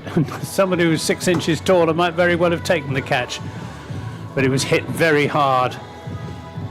Quail high over extra cover. 4 more to Will Smeed. 73. Like that. What's that mean? That's quail high. That's how high quails fly, is it? They don't fly very high. Really? No. That is magnificent. You can't buy this, can you? No, you can't. Absolutely cannot buy this. I'm writing that down. That's coming out again on Friday. Here's Potts in and bowls, and that's 6 more. That's massive. That is huge. That has gone into the seats in front of the players' pavilion away to our left. Second 6 of the over, and Will Smeed really cutting loose. 6-4-6. This is going to be a gem of an innings for Will Smeed here, and Potts seems like he's just bowling pace on balls here. Yeah. He needs to really change it up now and dig into his toolbox that served him so well throughout this campaign. 161 for 2. There's a council of war going on. Nye Donald having a chat with Wayne Madsen and Nick Potts. And take pace off, I think, is the answer. That was huge. Although I guess that's exactly what Will Smeed will be expecting. Here's Potts again in bowls, and this is drilled over the top of extra cover for 6 more. Terrific shot from Will Smeed. Goes on to 85. It's the third 6 of the over. 22 from the first 4 balls. 167 for 2. I think we may need to have a look at what his top score is in T20 here. Oh, he got it. He got it. He's one of the very few batsmen to score 100 in the 100. He got 100 in the 100 for Birmingham Phoenix in the. What about? Has he done anything in proper cricket at all? Or his 101 not out in T20 according to this, but that could be the 100. That was it. Yeah, that's his only century in T20 cricket, which is what they put count. the stats together, really. Yeah. Here's Potts to Smeed. Oh dear. This is miles outside the off stump. It's a wide, very nearly a no ball. Another run, 168 for 2. Partnership now worth 89 from 45 deliveries, so they're going along at 12 runs and over, these two. Be nice to see a Derbyshire batter play a similar innings. Some to sympathetic to encouragement for Nick Potts, who's in bowling to Smeed, and that's another wide. He's trying to hide it outside the off stump and just not getting it right. It's a batter's game, this is. 24 off the over so far with 2 to go. Matty McKiernan's in danger. Well, he can be a very intimidating batsman, Will Smeed. He's a very, very strong young man. I thought we weren't going to mention that game, Dave. Well, you've got to mention it. It happened, didn't it? Bumped into Matty's dad a couple of years later. Potts tries again. 2 wides in succession. This time it's outside the off stump, and again it's a wide. So 3 in succession. Smeed did his level best to get some bat on that and didn't move across his stumps. Just swung the bat at the ball outside the off stump, but made no contact. Funnily enough, when I bumped into Matty McKiernan's dad, it was at no, it wasn't. It was at Lostock Cricket Club near Bolton. I didn't talk about that innings to him at all. Quite right. I wouldn't if I was you, Dave. Potts to Smeed, and this is over the top. Could be a catch. No, it's not going to be a catch. In fact, it's going to be very well or kept in by Harry Kame, and they're going to come back for 3 runs. Good piece of fielding.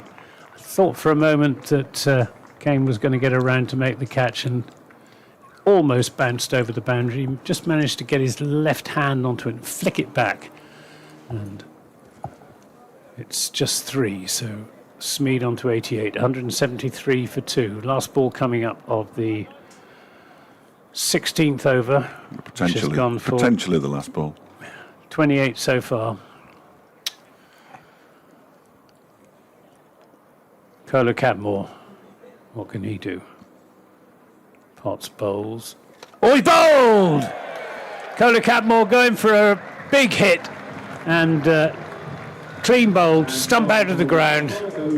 Best possible riposte from Nick Potts. He's got Kohler Cadmore for 39 from 22. It's 173 for 3.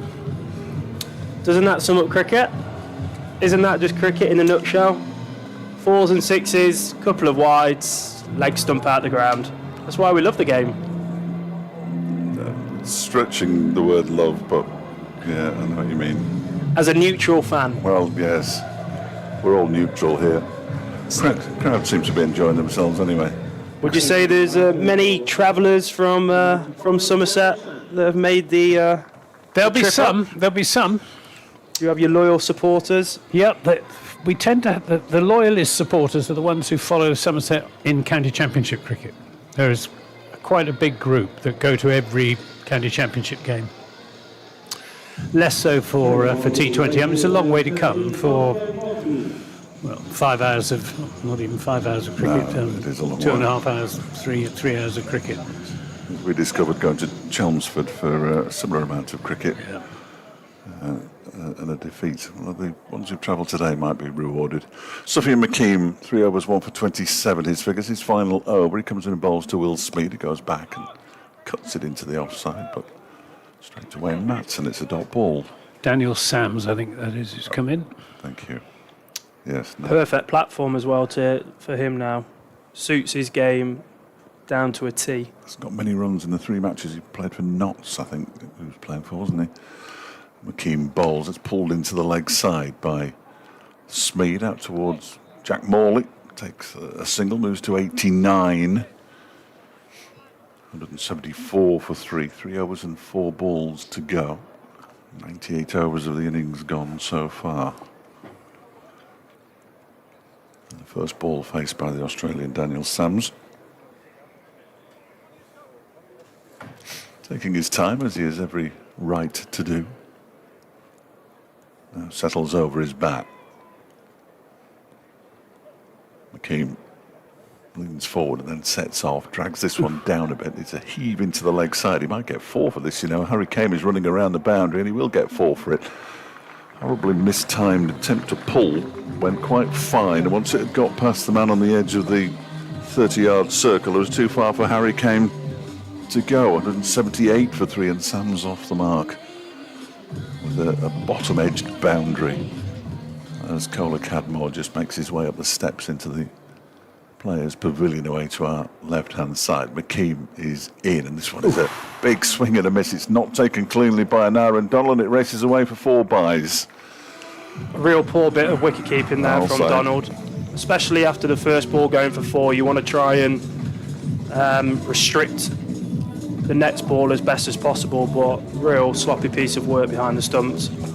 82 for 3. It's the only format that he's been playing this season. It's the only format he's really played for Derbyshire. He has played a couple of red ball games, but of course he's in the 100 as well, so we don't see him in the one-day cup. 182 for 3. McKeem bowls. That one is cut and it's short. Yusuf bin Naeem, who almost got done by the spin there, as he had to stick up a left hand and pull it in. It was a good piece of fielding in the end, but Even though you know it's going to spin, you just don't know how much, and especially with this wonderful outfield that the players are graced with both sides. Look, he's still got his teeth. 183 for 3. McKeem bowls. It's a full delivery, and he's bowled him, and Smead is missed out on a century there for my money. It's 51st delivery. He goes for 89. He'll be disappointed, I would have thought, but that one just seemed to go straight on and knocks middle stump out. The 4th wicket goes down. It's 183 for 4. Yorked himself. Yeah. Looks like a quicker ball there as well, trying to get under Played the bat. over the top of it, I think. And that's a big wicket for Derbyshire now. Them two look we're going to always be dangerous, and now that they've cracked open an end, they can really try and squeeze the new batter. Who is Josh Thomas. Thank you. Keeping Lewis Goldsworthy back. Presumably, if they'd lost a few wickets, he'd have come in just to settle things down, but no real need for him. Yeah, that's exactly what would have happened. He'd have come in and knocked it around and given the strike to whoever the big hitter was at the other end. It's difficult when there's a big hitter at each end. 183 for 4. 3 overs to go. 10 off the over, but the wicket. Derbyshire can have a quiet 3 overs now. They'll be confident of trying to chase down, hopefully below 220, 210. Martin Anderson looks like he's going to bowl one of the remaining overs to complete his 4. I don't think we'll see Nick Potts again. 2 overs, 1 for 46. Yeah, it's probably been his most disappointing spell, I think, throughout the competition. No question. But you're going to have to accept that with his experience. Yeah. He's very much pulled his weight in this bowling attack. Akif Javid. Akif Javid then from the pavilion end. Oop. And he's bowling to Daniel Sams, who bowls left arm and bats right-handed. Tall, strong Aussie. Bowling all-rounder. Daniel Sams played a lot of franchise cricket around the world. Yeah. It seems Spells to be on here with in this country. television all the time. Yeah, Essex and Notts. Javid and bowls and takes. It's a no ball, so it'll be a free hit. That's not a good start. The majestic figure of David Milnes. And I think I'd rather have Thomas his right arm.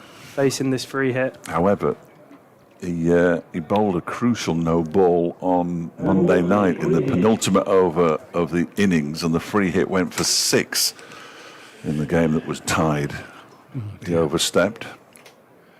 Now, photographic evidence would suggest otherwise, but Naeem Ashraf was convinced. Well, David Milnes had no hesitation in signalling that one. It's Josh Thomas then facing his first delivery. It's a free hit. And he gets an edge and it goes through. Short third man for 4 runs. And well, there have been some misfields. Sloppy.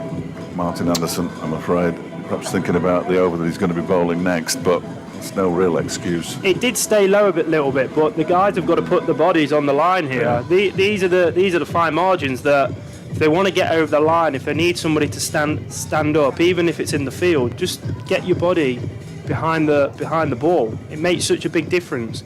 Now the bowler's under so much pressure now. 6 runs off the first legitimate delivery, effectively, isn't it? 189 for 4. Akif in bowls a full toss and almost takes out his fellow batsman, and they're going to come back for the second run as there's again a bit of a fumble out in the deep, and Daniel Sams just Apologising to Josh Thomas for getting in the way of his shot. 2 runs are taken. Thomas on to 691 for 4 in the 18th over. That's Montgomery, I think, down there in the distance.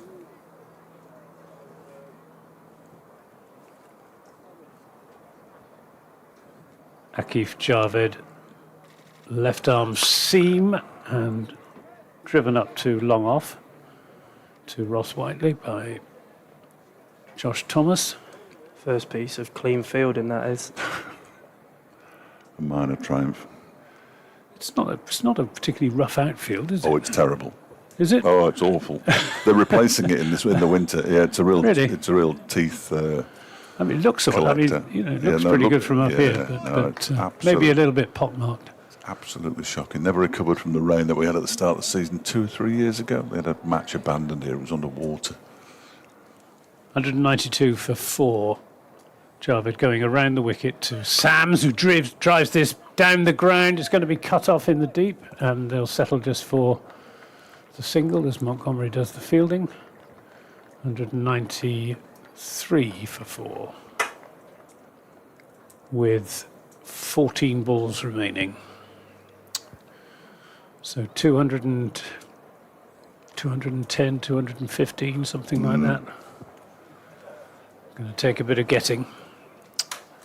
I think one outstanding bowler for Somerset is going to be Jake Ball. He bowled so well for Nottinghamshire every single season against Derbyshire. Javed in a bowls to Thomas, who goes for a big hit, gets taken on the pad, but no appeal. They go through for a reason there was no appeal. There was some bat involved, signalled as a run by David Mills. 194 for 4. And these are the overs now that can really determine the game. Derbyshire can restrict them. They'll take the momentum into their innings. Yeah, it's a bit sort of after the Lord Mayor's show for Somerset at the moment, with Smead and Cola Cadmore both back in the pavilion. Javed bowls, slower ball driven down the ground to Montgomery. It should just be a single. End of that over. It's 195 for 4, 2 overs remain, 8 to each of the 2 Somerset batsmen, who are Daniel Sams and Josh Thomas. 50 runs off the last 3 overs with 2 to go. One of them will be bowled by Akif Javed, I have no doubt, and this one will be bowled by Martin Anderson, who has bowled okay. 3 overs, 1 for 26. First ball he bowled this evening went for 6, so he's bowled 2 overs and 5 balls, 1 for 20, which is a decent effort. Javed's only gone for 22, in fairness.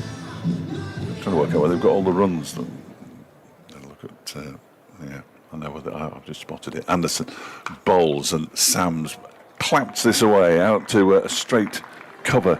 Extra cover for 4. I mean, it was dismissive, wasn't it? He hit that hard, didn't he? Absolutely dismissive. Just got up on his toes and just thought, there's a little gap over there, over the head of Wayne Madsen. I'll just put it there. 199 for 4 with 11 deliveries to go. Ross Whiteley has a bit of advice for Martin Anderson. Chris Lynn going great guns for Northants down at Cardiff. He's 117 not out from 55 deliveries. Northants 196 for 5 in the 18th. Can he come Go, back? you steelbacks. Can he come back for Derbyshire tonight as well? Enjoyed a bit of Lynn's sanity. Here's Anderson in and bowls to Sams, who lifts this into the leg side. Might be a catch here for Morley. It is. Takes the catch around about the straightish mid-wicket region. Martin Anderson picks up a wicket. It's 199 for 5 now as Sams goes for 12. That's a big wicket. That is a big wicket. And Derbyshire can squeeze now, try and get as many dots as possible to restrict Somerset now, and they nearly chased Lancashire's score here last time in the last home game of over 200. So they've nearly done a lot of things this season, haven't they? That's the problem. Big Craig coming out. He's having a tremendous season in the county championship. Bit of long handle from Craig, I'd have thought, wasn't there? He's averaging 48 with the bat, and he's leading wicket taker And his wickets have cost 18. Blimey. He'd be a good fielder too. And yet never seems to get mentioned in an England No, context. it doesn't it? No. Well, it might be playing for the wrong county, Yeah. Anthony. Something like that. Over at non-strike then. Just sort of stiffly plays that up to a wide mid-on. Whiteley does the fielding and Overton's off the mark. The 200 is up, the 31st time an opposition side has scored 200 against Derbyshire in T20 Blast cricket. Derbyshire themselves have made 200 on 17 occasions. 4 of those this season. Who's bowling the last over, Dave? Javed.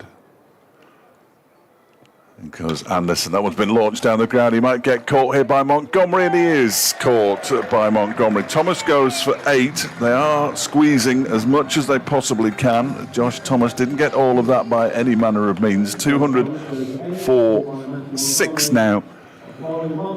As Thomas goes for something or other, because it's not on any single scoreboard that we can see. The important thing is it's 200 for 6. 8. Thank you very much. Straightforward catch for Matthew Montgomery, just down to our left-hand side. Martin Anderson now has 3. He'll do well to beat his best figures in T20 cricket. That was 6 for 23, which he got against Leicestershire the first time he bowled this season. He didn't bowl in the first 2 matches, then was asked if he wouldn't mind bowling because they needed a 6th bowler, and he ended up with 4 overs, 6 for 23. Hasn't quite hit those heights since. In fact, he hasn't got a wicket since he defeated Essex. Goldsworthy's the new batter, and he pushes this first ball up towards a straightish long on and goes through for the single. So both batters off the mark. First ball they face. Goldsworthy and Overton, who's back on strike. 201 for 6 with 7 balls remaining. Little and large out there for Somerset at the moment. Goldsworthy 5'6" and Overton 6'5". And listen. Bowls and Overton pulls out towards Harry Kane. They'll only get a single. 202 for 6 at the end of the over. 2 wickets in there and 7 runs from it. So a really good over for Martin Anderson, who finishes with 3 for 33 from his 4 overs. Sufyan McKean 2 for 33 from his 4. Nick Potts has finished with 2 overs, 1 for 46. Jack Morley 4 overs for 42, and Matthew Montgomery 2 overs for 20, because it is going to be Akif Javed to finish things off. Derbyshire will be happy as well, especially with that partnership that Smead and Tom Kohler-Cadmore were developing, and looked like they were going to create a really solid platform, but getting both of them out now. Yes, it hasn't really been the big finish for Somerset. No, they looked on for 220, didn't they, at one point? So big over from Javed now, though. See what Craig Overton can do. Javed in and bowls to him. A Yorker! And takes him on the pad, and there's no appeal. And David Milnes signals leg by. 203 for 6 with 5 balls remaining. David Milnes, one of the umpires on Monday night as well, up at Old Trafford. He's put on a bit of weight, hasn't he? It's not for me to say, Anthony, I don't think. He cuts a rather substantial figure Oh, he's a big human being. Yeah. There's the lad. Little Goldsworthy. Pride of Cornwall on strike. And tries to work that Yorker away into the onside. And this is what you want from the overseas as well. You want somebody who's reliable, and Javed throughout the competition has taken the responsibility and he's delivering. But is it a bit too late within the competition that he's put his hand up and says, "I'll take the last over"? Possibly. I don't think we can put all the missed opportunities specifically down to Akif Javed. That would be slightly unfair, I think. He's bowled pretty well. Yeah. Just conceding 23. Blotted his copybook with the no ball. He's bowling to Overton. Another Yorker, which is dug out into the onside. This time they will come back, I'm sure, for the second run as the throw comes into the keeper's end. And Overton is home. Must have been very, very tight. James Middlebrook in the perfect position to make the call, except he is looking into the setting sun. But Overton gets home, takes 206 for 6. I'm surprised he hasn't gone to point, really, with that. I mean, that sun is right in his eyes. He's not got sunglasses on. Quite what that thing on his chest is picking up, I've no idea. Looking into the sun, not much, I wouldn't have thought. Yeah, it was in by about almost a foot in the end on that replay. Javed in bowls. Oh, and Overton swings and misses at a slower ball, well disguised from Akif Javed. Again, good bowling. Overton just goes down and gives the pitch a bit of a prod, as if that may have just stopped in the pitch a little bit. All batters do that whenever they miss the ball. It's always something else. It's never their fault. It's the equivalent of the bowler scratching away at the footmarks when he bowls a wide. 2 balls remaining. Can Somerset get it up to 210? They'll be reasonably happy with the score they've got. Should be confident of defending it. Javed in, bowls, and this is driven down the ground fiercely by Overton for 4 runs. 210 for 6. Missed the Yorker completely, didn't he? It was a low full toss in the end from Akif Javed. He hits the ball very well straight, does Craig Overton. 3 centuries this season in the county championship. Blimey. They're going to win it. We've got a chance. Depends if we get the injured players back. But next game isn't till towards the end of August. No. So every chance that It's a long way away, isn't it? most, if not all, should be back. So here we go. Last ball. Javed in, bowl short, pulled down to long leg for 4 runs. So successive boundaries from Craig Overton to finish the Somerset innings. They finish on 214 for 6. Craig Overton 12 not out from 7 deliveries. Lewis Goldsworthy 2 from 2. And the Derbyshire Falcons are going to need 215 to win if they're to keep their hopes of qualifying for the quarterfinals alive. Indeed. Thank you, Anthony.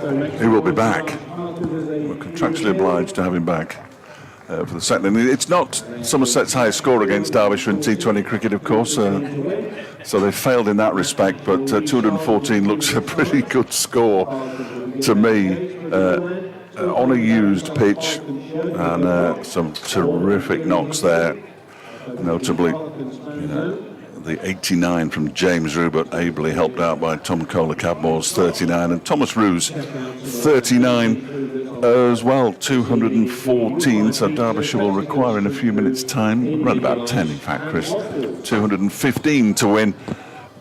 I think they're probably second favourites at this stage because they've only scored 215 or more 6 times in their history. Good. Yes. Well, on that positive note, You know me. Fletch, thank you very much. Greg, thank you for now. Back with you both and Anthony Gibson in around 10 minutes' time for the Derbyshire chase, requiring 215 runs, not only to win this match, but also to keep their hopes of a quarter-final place in the T20 Blast alive. The damage very much done by Will Smead at the top of the Somerset order, 89 from 51 balls, 5 fours and 6 sixes in that 89. The 2 Rue brothers, one slightly more successful than the other. Thomas hitting 39 from 22, James just 2 from 4. Decent innings from the skipper, Tom Kohler-Cadmore, 39 from 22. And then some useful runs at the bottom of the order as well. Craig Overton's 12 from 7, taking Somerset to 214 for 6. And as for the Derbyshire bowling card, well, 3 bowlers wicketless. Matt Montgomery, 0 for 20 from just 2 overs. Jack Morley, none for 42 from 4 overs. And also Akif Javed, 0 for 32 from his 4 overs. A wicket for Nick Potts, 1 for 46 from 2.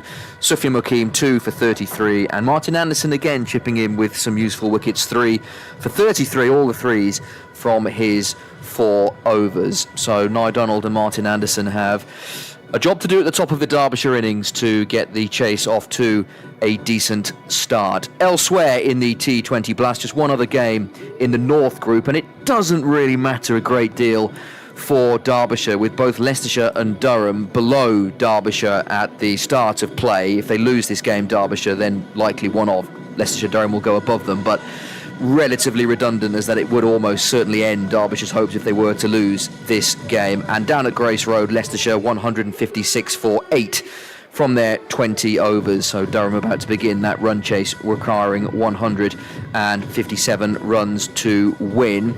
In the Central and West group, so Somerset will be pretty pleased with the Northants total down at Sophia Gardens, where Chris Lynn 117 from just 56 balls, 7 sixes and 10 fours. 117 he made in, well, he got the majority of the runs. Northants 217 for 7 from their 20 overs. Northants sailing away at the top of that Central and West group. Glamorgan have gone pretty well themselves, actually, but for Somerset to have a chance of making that third place victory here today against Derbyshire, but coupled with a Northants win, will certainly aid their cause.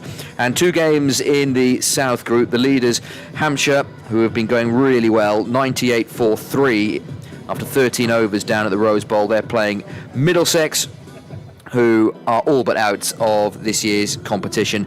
And Surrey in action at the Oval against Sussex. Sussex batting first, making 176 for 7 from their 20 overs. So Surrey requiring 177 runs to win when they get their chase going in a couple of moments' time. So shadows lengthening, floodlights have just flickered into life here at the county ground. The ground staff with the roller going up and down the pitch, and the Somerset bowlers going through their paces away to our left, and the crowd taking the opportunity to get some refreshments themselves. So we will return to the cricket momentarily, but we have to take you to Wimbledon, where real drama down at SW19. The unseeded British wildcard Arthur Ferry is into the semi-finals.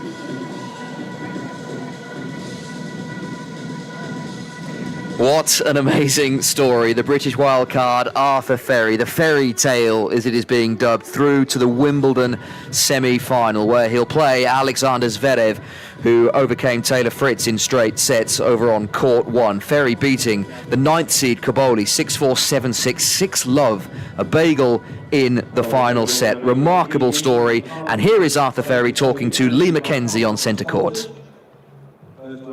Principal partner, our co-op, as well as to all of our 1870 Business Club members, thank you once again for your continued support. And also to tonight's sponsors, first to our match sponsors, Ron Brooks, as well as to our match ball sponsors, Sports Roots. Thank you once again for your continued support of the club. We'd also like to give a big Falcons shout out to DHL, who are joining us for a staff night out this evening. Big welcome to DHL.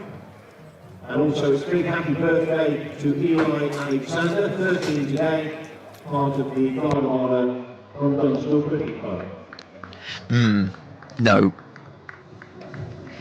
They're going to need... I didn't notice that. Is that... Well, presumably some sort of sponsor... Well, marketing... Yeah. I don't think I've ever seen that, actually. Yeah. Yeah, it's a shame, because they rather got themselves back into that, and then a bit loose. Yeah, lose.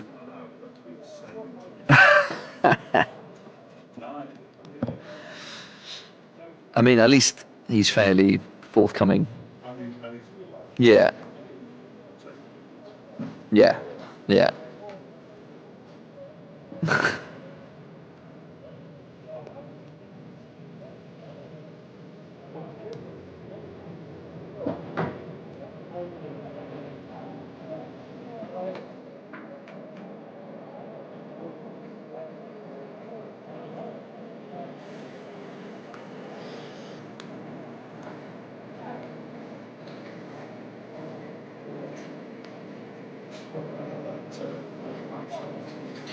Cheers, guys. No, but the fact that he thought it was Josh Hole makes me think he's not thinking of Leicestershire. Oh, so it was. Oh, was it? Oh, fair enough then. Yeah.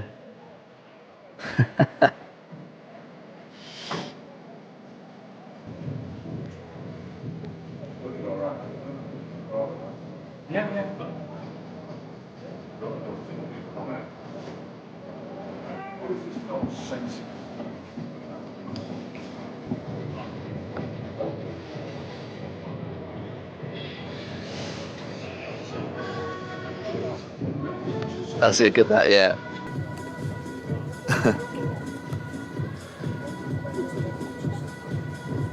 So.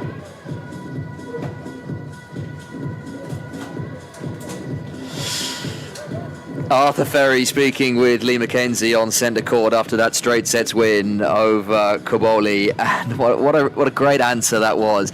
The best part often of sportsmen and women that don't often progress or progress for the very first time is that they are not media trained and they give great off-the-cuff answers, and that answer about what you're going to do next, no idea, have never been in the Wimbledon semi-final before, is just a great answer. But what a story through to the Wimbledon semi-finals where he'll play Alexander Zverev after his straight sets victory over Taylor Fritz. So Friday at Wimbledon looks a real cracker with Yannick Sinner against Novak Djokovic after his remarkable victory over Felix Auger-Aliassime late last night, and Arthur Ferry against Alexander Zverev. Very much two to look forward to. Also on Friday, we've got Derbyshire up at Durham in their penultimate T20 blast encounter, and then it's back here on Sunday, 2:30 start for the East Midlands Derby, Derbyshire against Leicestershire.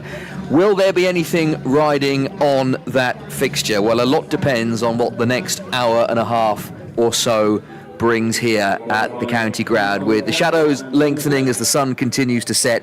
Supporters after their half-time refreshments back in their seats. The two umpires out in the middle, and Somerset, who have changed from pink to black as they try and chase or try and defend this target of 214 for 7, 215 or 214 for 6, 215 needed for Derbyshire to win this match as Nye Donald and Martin Anderson come to the crease. Can they do it? Let's find out in the company of Anthony Gibson, Greg Cork and Dave Fletcher. I don't want to rule out the suspense here, Colsey, but the answer to that is no, probably. Only 7 times in their history have they scored more than 214 runs, or 215 or more. 215 the target. They did get 215 against Yorkshire at Queen's Park this season, and tied. Surely lightning isn't going to strike. I was going to say twice. It would be for a third time. Anthony, you are an old pessimist, aren't you? Oh yeah, I've been watching these. You're worse than me. I've been watching these. I get accused of being. Oh, so do I, all the time. This is my 11th season. Yes, well, it's going to be interesting to see how the Somerset seam attack performs on this pitch. They can be expensive. Riley Meredith, bowls pace on, and he's quick, but faster you bowl, the further you go. Here's Overton in and bowls down the leg side, and well taken by Thomas Rue, diving away to his left. I assume it is Thomas Rue, yes it is. So Derbyshire underway with a wide. Be pleased with Northamptonshire's 217 for 7, would you? Yeah, very pleased. Yeah. Leicestershire, who come here on Sunday, 156 for 8 against Durham. Here's Overton. In and bowls to Donald, and that one bounces more than any delivery we've seen all evening. Yeah, not seen one like that. He was just sort of playing a defensive push, wasn't it? It absolutely leapt at him. Fortunately, not close enough to the edge of the bat to go through to Thomas Rue. It helps being 6'5" and probably releasing it from 7'5" as well with a brand new ball, but seems like he just bangs a line and a length and been extremely successful. He's in again and bowls, and this is played back to him. You're exactly right, Greg. That's exactly how he does bowl. He's introduced a few more variations, Craig Overton, but basically he's bowling like as he would in the county championship. Top of off stump, And sometimes it's not about overcomplicating Yeah. things. And he'll probably bowl at least 3 overs straight off in the power play, Right. if not all 4.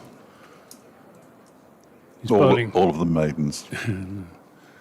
He's bowling. Oh, takes Donald on the pad, and maybe a bit of inside edge as well. It's another dot ball. He just seems like he has bowled 3 maiden overs in this season's 20 over competition, We haven't had one. and they're rare. They really Yeah, are well, rare as absolutely hen's they are. teeth. Yeah. No, he just seems like a really solid, all-format bowler. He is. He's a very fine cricketer. Is Craig Overton. He's in now and bowls, and Donald makes room for himself to whack that away through the offside. Misses through to Thomas Rue. We've got 1, 2, 3, 4 saving one on the offside. We've got a mid-on, short fine leg, and yeah, deep backward there's 2 square out, leg and a deep mid-wicket. So those are the 2 boundary riders that Somerset are allowed in the first 6 overs. Here comes Overton again as the shadows lengthen. He's in the bowls, and that's gone for 6. That was picked up beautifully by Aaron Donald. Launched that over deep backward square leg. It was in the slot from Craig Overton. And Donald taking full toll of it. I was getting a bit worried there. He's facing a lot of dots You were. there. I was panicking. This is a man who's got a 13 ball half century that equalled Marcus Trescothick's quickest ever in the blast. Yeah. And Aaron Donald, he's just over a run of ball at the moment. Well, he's got form against Somerset as Aaron Donald. Here's Overton in the bowls, and again he makes room for himself, plays it away through the onside. They think about a second run, but Will Smead quickly in to do the fielding. Keeps them down to just the single. 8 for no wicket after the first over. 7 of those off the bat and the wide. 7 to Aaron Donald, and Martin Anderson yet to get off the mark. Daniel Sams takes the ball, removes his cap. He will roll the first ball from the... No, it's Riley That's Meredith. Riley Meredith. Yeah. It's Oswald's. He only bowled 1 over on Sunday against Northants, which went for 21. Just shows now it doesn't matter how quick you bowl. The batters are so used to the pace now. All it needs is just a little glance, and it's 4. Beats the outfield, especially with the pace that Meredith bowls. So, Riley Meredith on his way to bowl to an Aaron Donald, who has 7. It goes for the little ramp shot. It's been successful, and it 1 bounces for 4 out to fine leg. He won't change the way he bats, an Aaron Donald, for anything, will he? He just will not change the way he bats. Sometimes it's massively successful, sometimes not so. There's a strike rate of around about 250 in T20 cricket. That's not too bad if you're only facing 4 deliveries, but if you're facing 30, you can do some real damage. He's on to 11, 12 without losses. Meredith is in again, and this time he's cut in half by one that probably bounces over the stumps. Meredith just has a sort of arms out wide follow through there, because he must have realised how close that was. Perfect view that he has. And the difficulty is when you're bowling at this pace, especially on a used wicket as well, even with a new ball, sometimes it can just grip a little bit. And I felt like he probably was through the shot a bit too quickly there, maybe because of the conditions of the wicket. But he'll still swing at this one. The lights, incidentally, are on here. I've no idea why. As Meredith is in again. Another ramp shot. Another 6 this time. Out towards fine leg. He's got all of that as an Aaron Donald. And he moves seamlessly on to 17. Well, sort of seamlessly. A little low 5 from Cola Cadmore for Riley Meredith as we get another look at that shot on the big screen. Meredith 10 runs off his first 3 deliveries. 18 without loss. Derbyshire in pursuit, remember, of 215 to win. It's down below the psychological 200 barrier already, though. As Meredith's in again, and this one's played down the ground. He didn't get all of that by any manner of means, and Cola Cadmore won't quite cut it off down below us in his multicoloured shoes, and it's 4 more. Thought for a moment he was going to put the full length dive in. He decided not to, and I can't say I blame him on this outfield. So another boundary for an Aaron Donald. He moves to 21, 22 without loss. This has been a familiar pattern at the start of Derbyshire innings, with an Aaron Donald teeing off and Martin Anderson watching from the other end, essentially. Derbyshire just needs to keep that run rate as close to 10 as possible. It's up to 13 at the moment, but they can really make the most of these two fielders out of the ring. Part of the problem is this is his 3rd highest score of the season. 22 without loss. Meredith is in, and he's tried to pull that one. It just looped in the air and dropped just behind where he would have been standing in his batting stance. Didn't get anything on that one. Might have hit his glove. 22 without loss it remains, and a dot ball. But the miles in front on Duckworth Lewis, which of course we all know is the main thing. Interesting you say Nye Donald always bats the same way. Riley Meredith always bowls the same way at the start of the innings. He can bowl very effective Yorkers, and if he comes on at the death, that's what he'll try to do. But he bowls length or short early on in the innings, and he can go the distance. He's in again now to bowl to and Aaron Donald gets a top edge on an attempted pull. It goes away down over the keeper's head for 4 more. And Derbyshire finished the second over on 26 without loss, 18 from that one. Well, his last 2 overs for Somerset in T20 cricket, Riley Meredith cost 39 runs. He only bowled the 1 over on Sunday. And I don't know quite why Somerset open up with him when they've got Jake Ball and Josh Shaw, who have got more variations than Riley Meredith. And Meredith's got pace, but on a pitch like this, pace isn't a huge advantage. No thought of going to spin, possibly at one end with Overton at the other. You could do. Mix it up a bit. Martin Anderson's going to face his first ball now. From Craig Overton, who's in bowls and won't get a run here. Anderson just drops another hard length delivery down into the pitch. Plenty of vocal encouragement from Somerset fielders. When the Roux brothers are in the same team, who do you reckon wants to keep out of them? Well, that's a very good question. I think that Thomas Roux should keep and allow James to concentrate on his batting. Overton in a bowls, and this is pulled away and very, very well fielded out in the deep by Daniel Sams. Couldn't quite get forward to take the catch, and could easily have been done by that. And he sort of trapped it with his left hand. It's close, wasn't it? And as we alluded to, probably the hardest place to field at the ground here, with the sun beaming across the pitch. Single taken, 27 for no wicket. Overton in and bowls, and this is slammed through the offside by Donald. Again, length ball from Overton.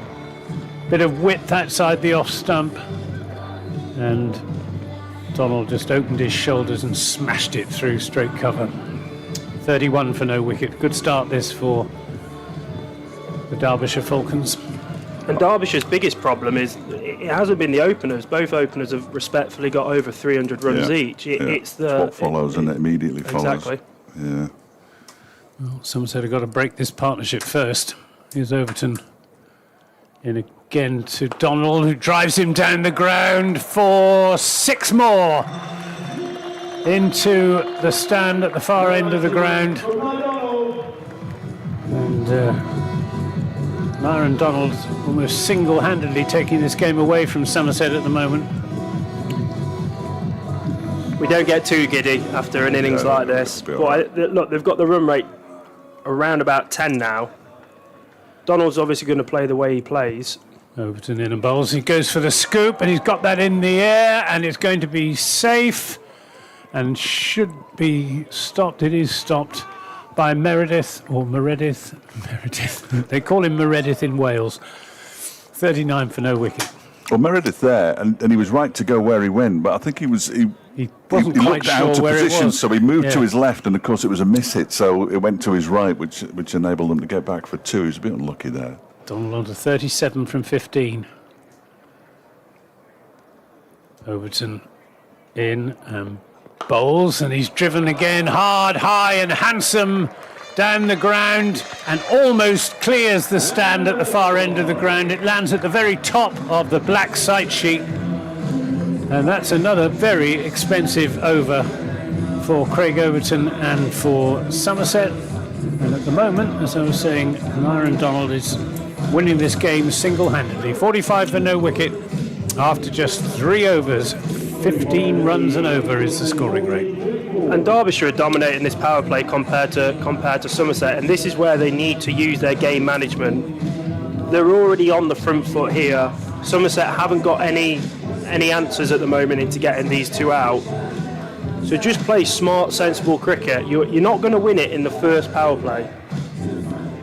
I do remember having this conversation last week in the game against Lancashire that they didn't win because they got themselves into a position to win the game and then blew it. Jake Ball, no, false start.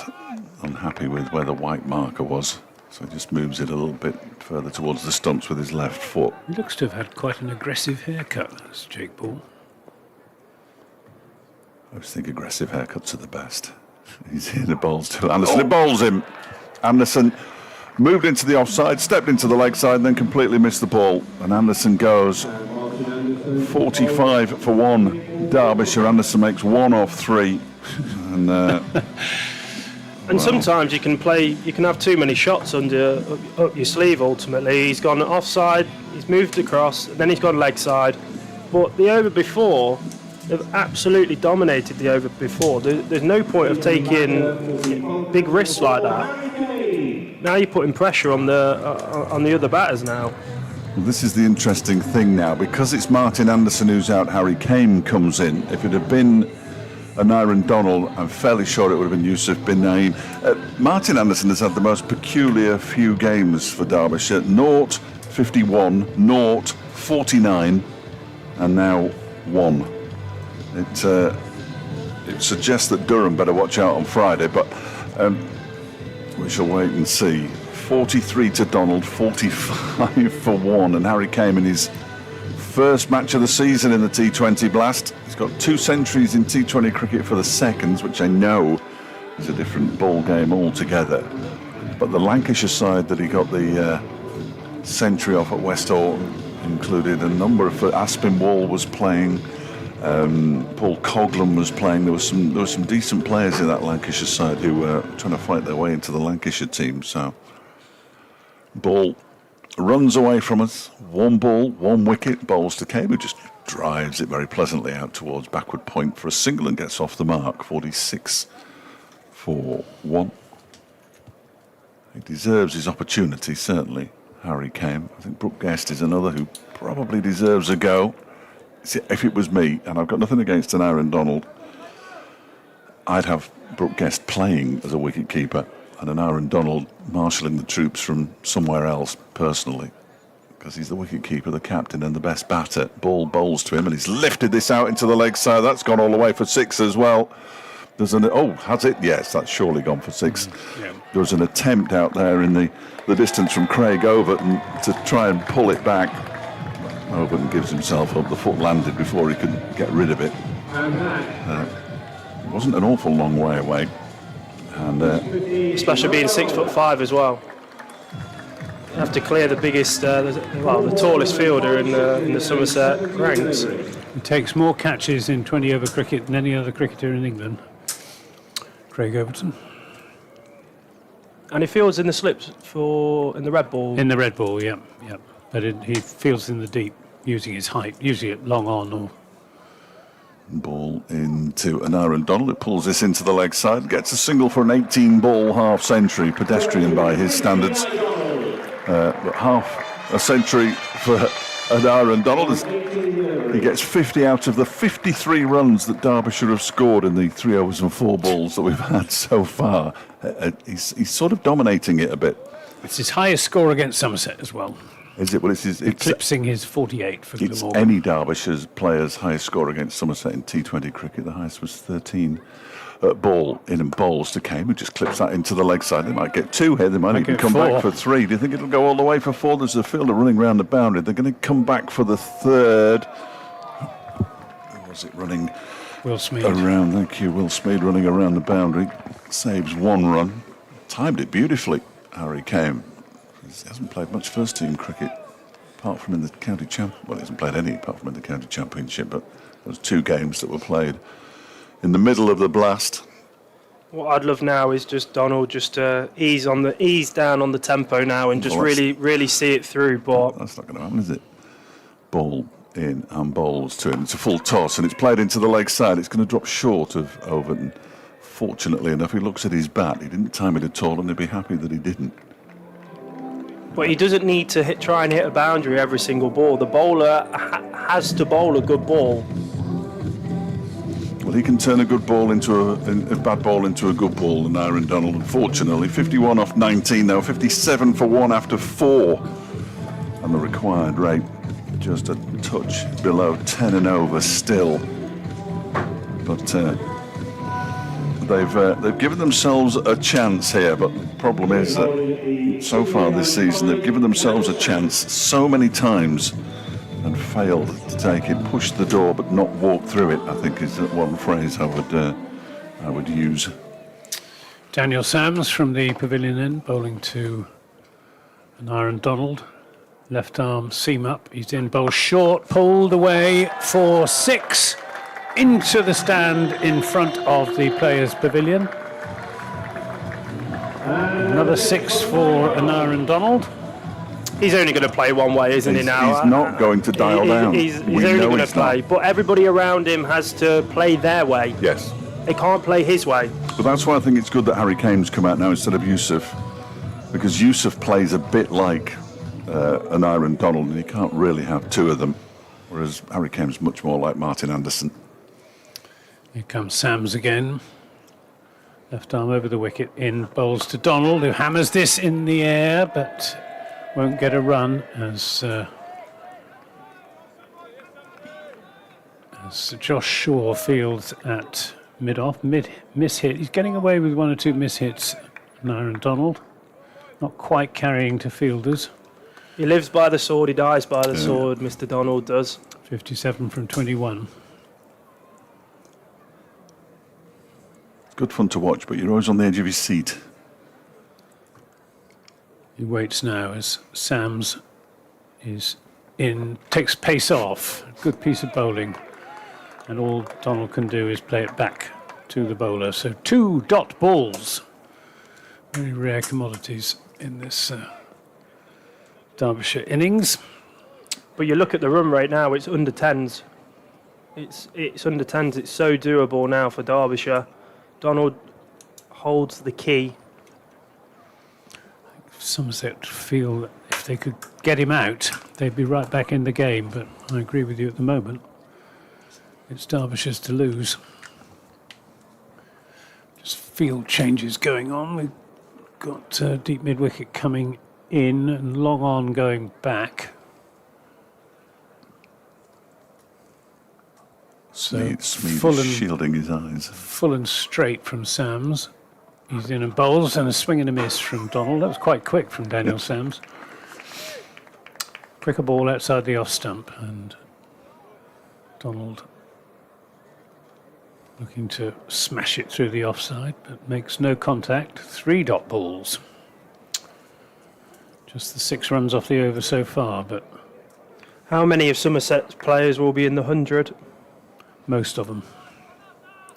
I think we'll probably, well, what with the injuries and what have you, but we'll lose probably 9 to the 100. Sams in, takes pace off. This is pulled away through the onside, and that will be 4 runs. And the field change out in the deep not working. 67 for 1. Donald on to 61. Derbyshire lose an Iron Donald.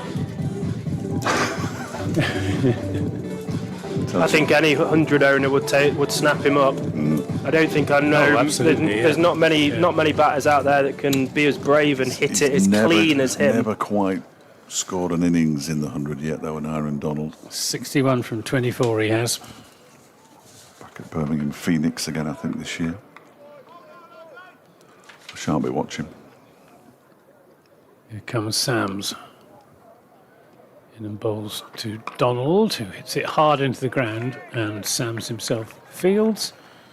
So just the 10 runs from that over, but 10 runs is all that Derbyshire need. 10 runs and over from here will carry them comfortably home. It's 67 for 1. Nye Donald with 61 from 25, and Harry Kane 4 from 2. Overton's going to change ends to bowl the final. Now this is going to be a big over. Yeah, this is going to be a massive over. Not for them to go hard or try and get 15 or 20 off the over. If they have an over whereby simply they don't lose a wicket, it puts them in a really strong position. Indeed. Here is Overton then bowling to Kame, who gets a full delivery, clips it out into the leg side. They run the first one quickly and will come back for the second as it's fielded there by Will Smead out at mid-wicket. And I'd rather Kane face this last over as well. He's not going to take as many risks as Donald. I don't think he'll take any. They don't need to. That's the thing, Dave. They do not need to take any risks at all. We have this conversation every match, don't we, though? They don't take any risks and they'll win this game. Kane waits, Overton bowls another full delivery and Kane pushes it straight back to the bowler.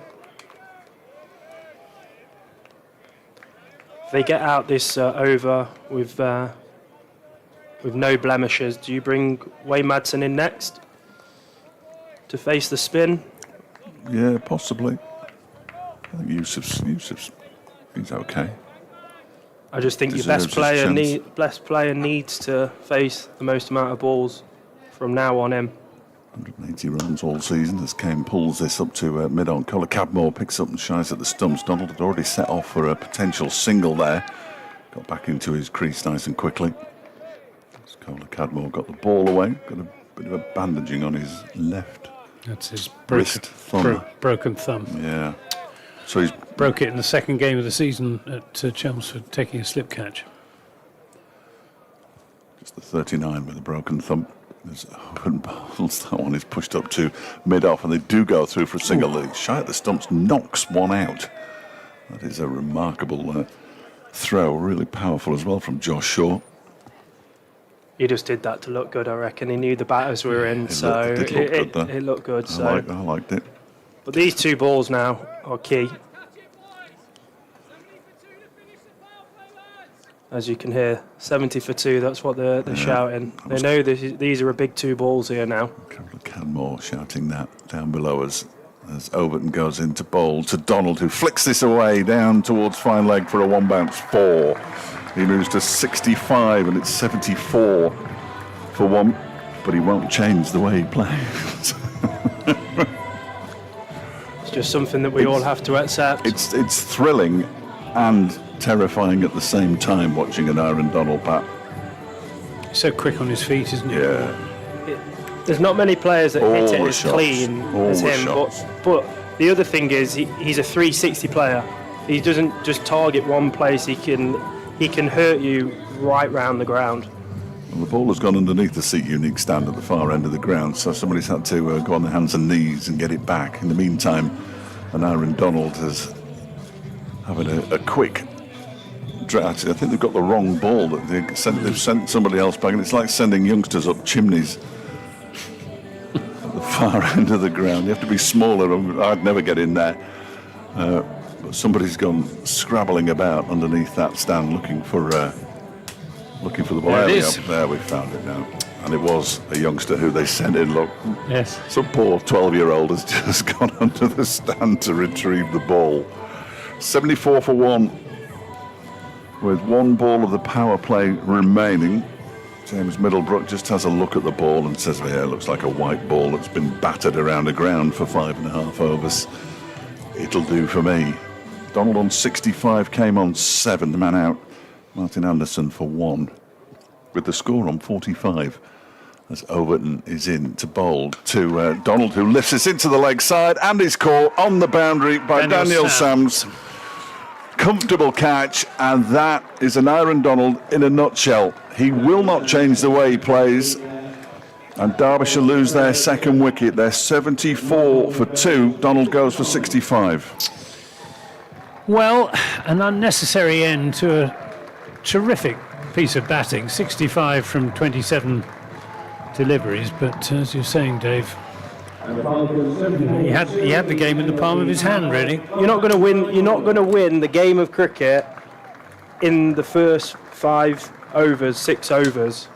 He's literally got the game in the palm of his hands ultimately, and he's just thrown it away. Last ball of the over, last ball of the power play. It must be frustrating, but there comes a point where, you know, somebody needs to have a conversation with him and say, look, you bat for the next 5 overs, you win us this game, you have to stay in, you're one of our best players, if not the most. He's scored the most amount of runs for Derbyshire, he needs to stay in. Now you've got Wayne coming in, who's not in the greatest of form. Hopefully that changes tonight, but you've got Harry Kane in for his first game this season as well. So you've got 2 players that are on 0 and 7 respectively, and now Somerset feel like they've got Donald out. Yeah. Now they can really squeeze. And they've got some good bowlers that haven't even bowled yet. He won't change. Here's one of them. Here's Josh Shaw, bowling to Kame, who turns him into the onside. It should just be a single as Josh Thomas is in to do the fielding. Josh Shaw, who's been expensive in his outings in this season's Vitality Blast, going at 10.5 runs and over. But he actually bowled pretty well against Northants. 2 for 14 on Sunday. Signed from Gloucestershire during the winter, mainly for this format. This is again turned away into the onside, and again it should just be a single, as there's a misfield out there, but they decide not to run on the misfield as Daniel Sams takes over from the misfield from Josh Thomas, sends in the return. 76 for 2. It's one of those, it's difficult to be critical of an Aaron Donald because of the number of runs he scored, the speed at which he scores them, but you just feel, as I've mentioned it to him before, there's so much more that he can, so many more runs out there for him. Shaw in bowls. This is cut away, and that'll be 4 runs. Will Smead won't be able to cut that off. Too much width from Josh Shaw, and a nice controlled cut shot from Harry Kane. The thing is, Donald did not need to do that. No. He was up over the rate. But he was scoring at 260. I'm sorry to say, it's just brain dead cricket for me. He's very talented. He's one of the cleanest hitters in professional cricket. 80 for 2. Shaw to Kame, who pick up a single down to backward square leg. Josh Thomas with the fielding, sends in the return to Thomas Rue. Like, he can play that innings in the 100 because he's playing in a team full of overseas, he's full of superstars. But unfortunately, Derbyshire haven't got the luxury of that. He's yet to play that innings in the 100. That's part of his problem. Is Shaw scurrying in bowl short, and that's pulled for 4 runs. Dreadful delivery. I don't know. Trying to bowl too fast, Josh Shaw. Don't think that pace on is the way to go on this pitch at all. Banging it in halfway down. It's meat and drink to Wayne Madsen. And that's his natural length, Josh Shaw. It's always being back of a length, if not just a little bit too short. He needs to pitch it up. He's in again and bowls to Madsen. That again is on good length ball, and that again is going to be 4 runs. Jake Ball, who's not the quickest, won't be able to get across to cut that off, so 8, 9, 13, 15 runs off that Josh Shaw over. And well might he just bash his cap against his cricket trousers in frustration, but it's just a poor over. Going to get some spin. Lewis Goldsworthy with his left arm spin. Came from Leicester. No, he went on loan. He's a Cornishman. Came up through the Somerset pathway, as a lot of these players have done. And but he went, when he couldn't get in the county championship side, he went to on loan to Leicestershire a couple of years ago. Did pretty well for them. It's going to be bowling initially to Kame, who's on 13 off 9, 89 for 2. Kame just pushes this up to where a shortish mid-on would have been, and Goldsworthy fields off his own bowling. And this is where Derbyshire now need to get a really good partnership. There's no need to take big risks. Kame waits and lifts this into the leg side. He didn't mean to play it there, I don't think, but it's all safe in the end as Speed comes in off the mid-wicket boundary to do the fielding. He moves to 14, Kame. Madsen on 9, back on strike 9 off 3. Wayne Madsen, 90 for 2, chasing 215. And having lost an Aaron Donald for 65 off 27. 6 4s and 6 6s. Goldsworthy is in around the wicket, bowls a full delivery. Madsen just drives it down the ground. Fielded there by Riley Meredith. And they go through for a comfortable single. And Wayne will be itching to get a good score under his belt. High score of 62 this season. Harry Kane gets one that comes off the inside edge of the bat, goes out square on the leg side. They'll just take one. Quite right too. James Rue with the fielding. Craig Overton getting a drink down below us. 92 for 2. Madsen waits as Goldsworthy bowls to it, and he just guides that towards long off. Meredith again comes in off the boundary to do the fielding. The agreed single is taken. And they've both got a great opportunity now. I would say the spinners that Somerset have are fairly inexperienced bowlers, so they can really rotate the strike now. Goldsworthy bowls, it's pulled into the leg side by Kane. Straight to Smead. Another single off the final ball of the over, so 6 runs off it, a single off each ball, 95 for 2 after 8 at the same stage. After 8, Somerset was 79 for 1. There's more cheap t-shirts to throw it into the crowd.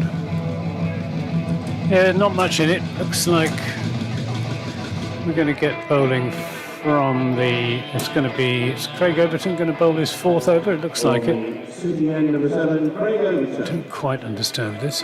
I can understand them taking Josh Shaw off, but I think I'd have put Josh Thomas on to bowl his left arm spin from that end, but it's Craig Overton bowling to Harry Kane in bowls. This is up in the air and could be a catch, might be a catch. No, he's not going to get there. Josh Shaw, and a good piece of fielding out in the deep by Cola Cadmore, that was, who managed to flick it back. Josh Shaw never looked as if he was going to get underneath that. But the thing is, Kane didn't need to take that risk. That's the thing. The over that Shaw bowled went for 15. The over that Goldsworthy went for 20. The over them 2 overs, altogether, sorry. Goldsworthy went for 5. Here's Overton in and bowls, and this is turned into the onside, and Cola Cadmore goes scurrying after it. Gets there, sends in the returns. Just the single, 98 for 2 in the 9th over. Required rate, exactly 10 runs and over. But Derbyshire with 8 wickets in hand. Well, thanks doing there, Beck. Morgan 83 for 3 after 9, chasing 218. Overton in bowls to Kame, who won't get a run here as he just looking for a gap on the offside, but plays it straight to Goldsworthy at backward point. A comfortable night for Durham ahead of Derbyshire's trip up to Chester Street at Grace Road. Leicestershire made 156 for 8 in 20 overs and Durham 108 without loss in the 10th. They've still got a chance of qualifying, Durham. Overton into Came, gets tucked up by that. And this time they might, no they won't, no, as Josh Thomas very quickly in from the mid-wicket boundary to do the fielding. So 5 off the over so far. And Somerset have got a lot of players that I believe probably have come through the academy there at Somerset that are playing tonight. Yeah, apart from the overseas. Josh Shaw didn't, and Jake Ball didn't. Oh, and a swing and a miss from Wayne Madsen. But, in the county championship game against Hampshire earlier in the season, 10 of the 11 Somerset players had come up through the Somerset pathway. That is impressive. Well, you've got a big pool, haven't you? Cornwall and Devon as well. Yeah, Cornwall and Devon. Yeah. 2 in the Derbyshire side. Here's Overton into Madsen, who will pick up a single out to Smead. Decent over that. Just the 6 runs from it. And the 100's on the board for the Derbyshire Falcons. 100 for 2 after 9 overs. 13 to Wayne Madsen and 20 to Harry Kame. And Craig Overton's stint is finished. 4 overs, no maidens. 1 for 40, which is expensive by his standards. But he came back well in that 4th over. I think there are more. Josh Thomas comes on to bowl. More Derbyshire players came through the Lancashire Academy than the Derbyshire Academy, I think. Not quite in the white ball side, Jack Morley.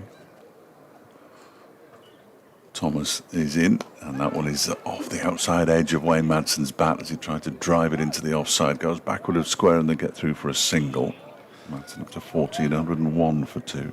But they still need to build this partnership. The partnership's only at 27. They don't need to take any risks. This is the period now where they start panicking. They're already above the required run rate at the moment.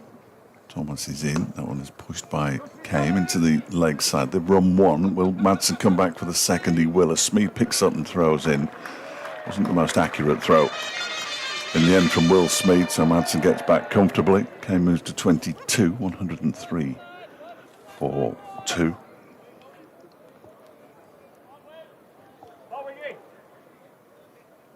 Thomas tosses himself a couple of catches and Kame settles over his bat. This is a full toss and it was almost straight back to the bowler. It went through his hands, I think.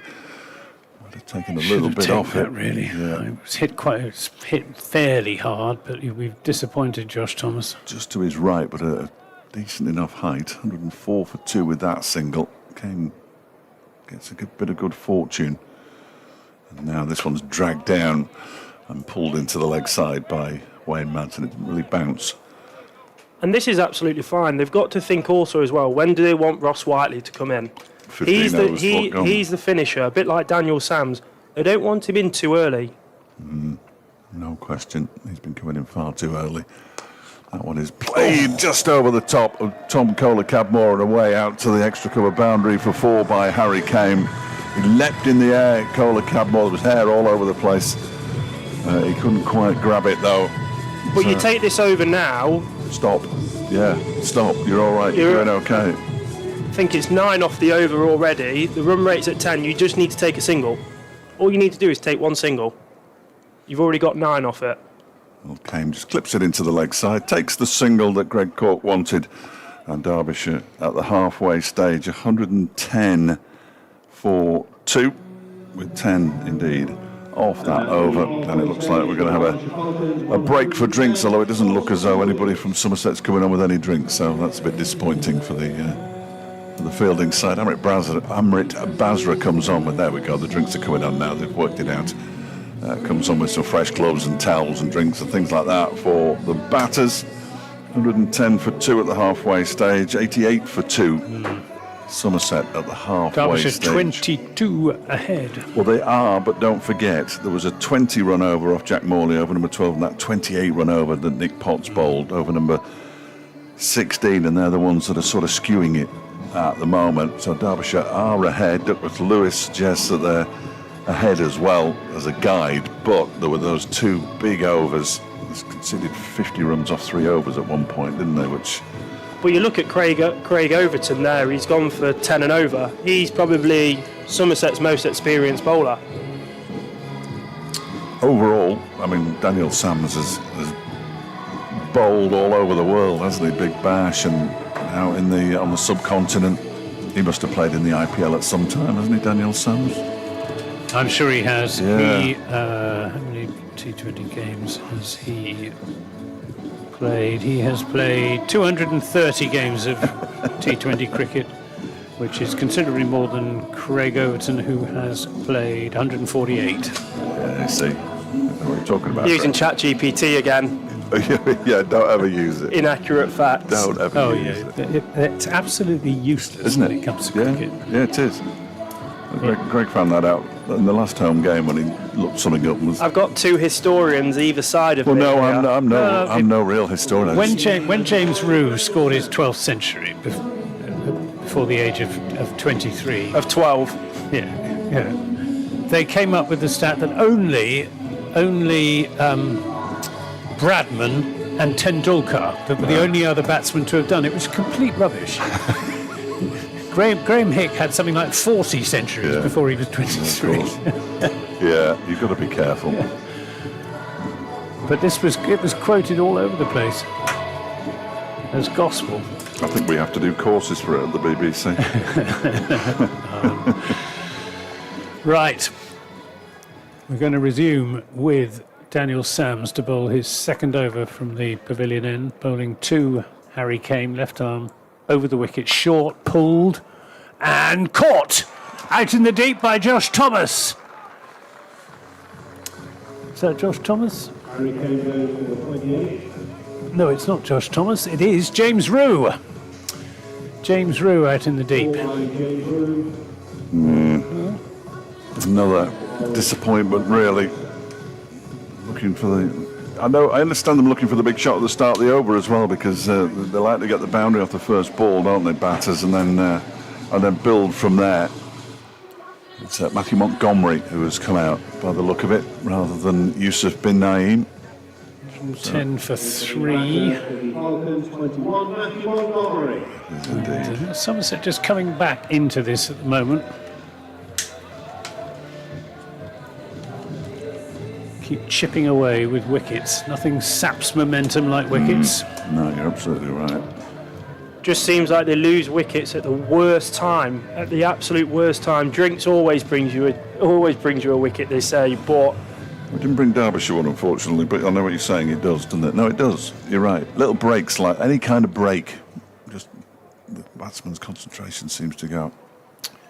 Sams to Montgomery, and he won't get a run here. Good, tight, straight delivery from Daniel Sams. even though they lost that wicket, the required run rate is absolutely fine around the 10 mark. Yeah. They just should not panic. It's nearly 11 now. No, 10.9. You're right. 10.9. 105 off 58. We always round down up here. Yeah. We always round down. Closer to 9. Is Sams in and bowls to Montgomery, who will pick up certainly a single. Should just be a single, as Smead is onto it. 111 for 3 at this stage in the over. Duckworth Lewis Stern says the score ought to be 107, so Close. to be on par. So it's close, closer than it was, but Derbyshire still just ahead on that yardstick. Sams to Madsen, who drives nicely, but should just be a single as Meredith fields at mid-off. This partnership will determine the outcome of the game.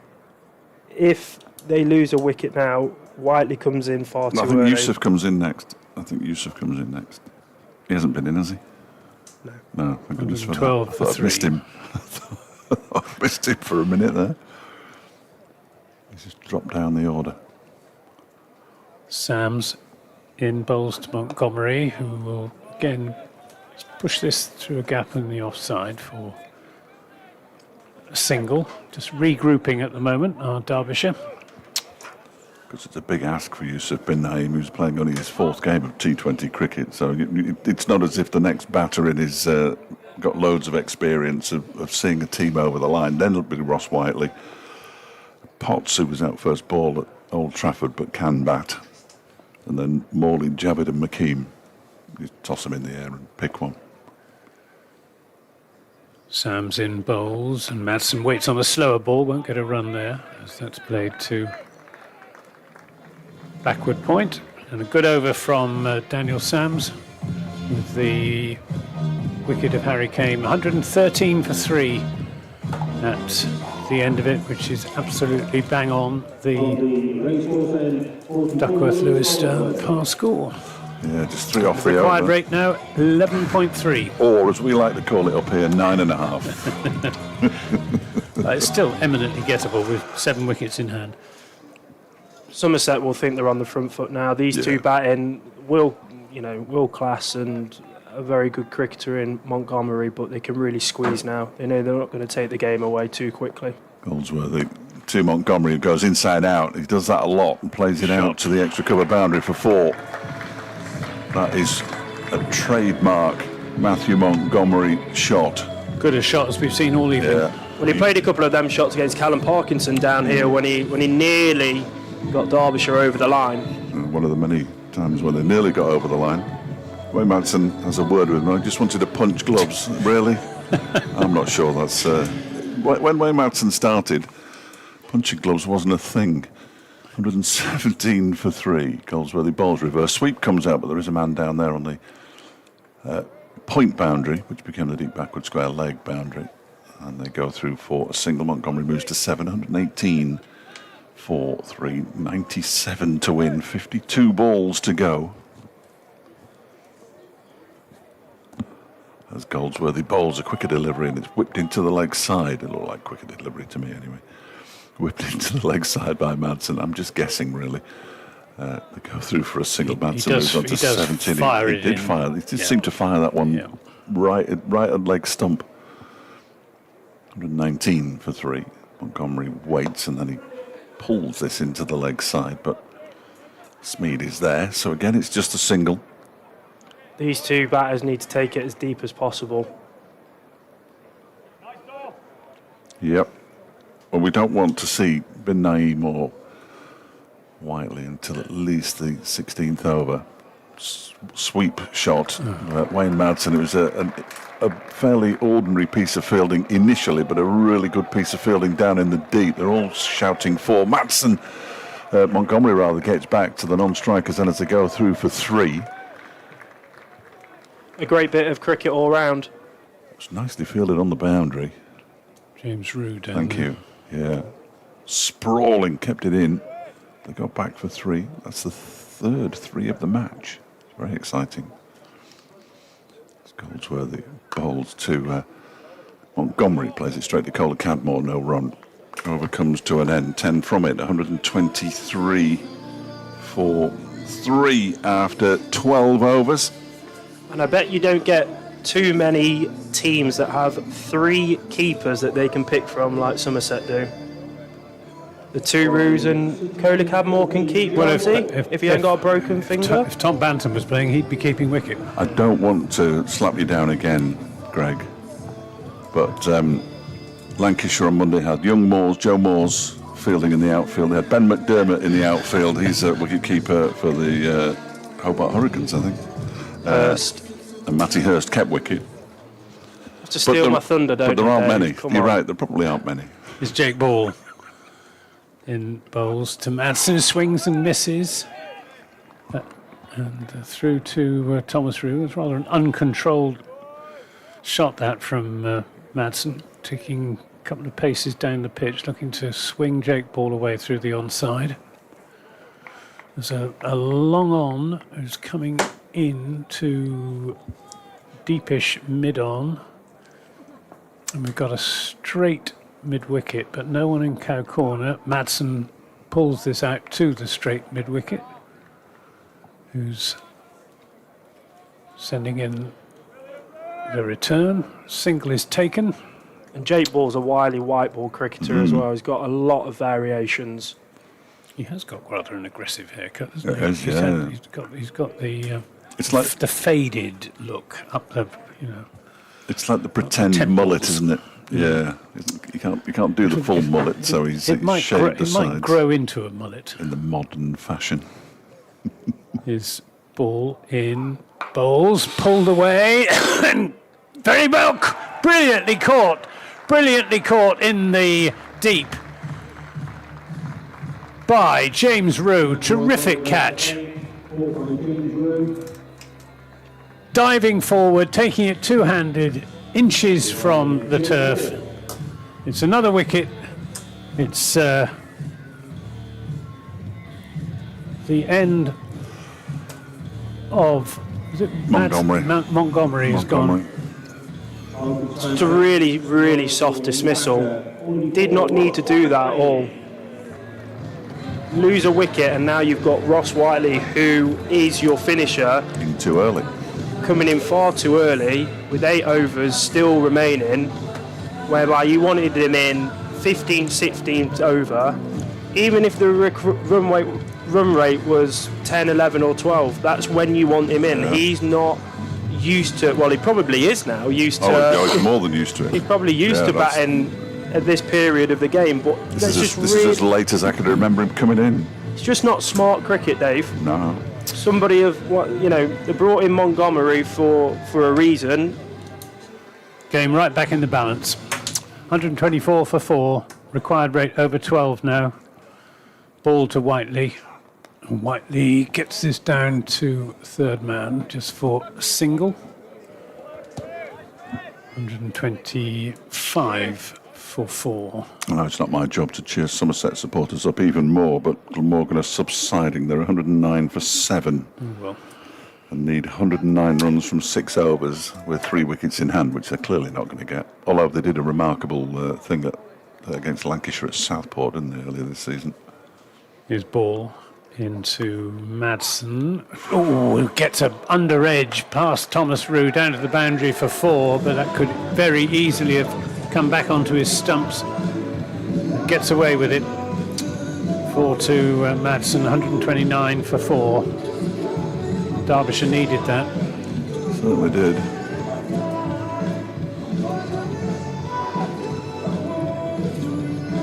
Which is quite modern, this tune. What's this one? I'm relying on you, Dave. No, I didn't come up quickly enough on the phone. His ball to Madsen, who almost plays that onto his stumps. There's a shy at the stumps by Thomas Rue at the non-striker's end, but they're through comfortably enough. For the single, it's the end of the over. It's 130 for 4. So 85 more are required by Derbyshire in 7 overs at a rate of 12.1 runs an over. Looks like that partnership between Smead and Coley-Cadmore could be the game changer. Derbyshire just tend to never like to get a partnership above 30. Very overrated. Riley Meredith coming back. This is, Going Yorkers at this early stage. well, First over went for 18. Same end, the racecourse end.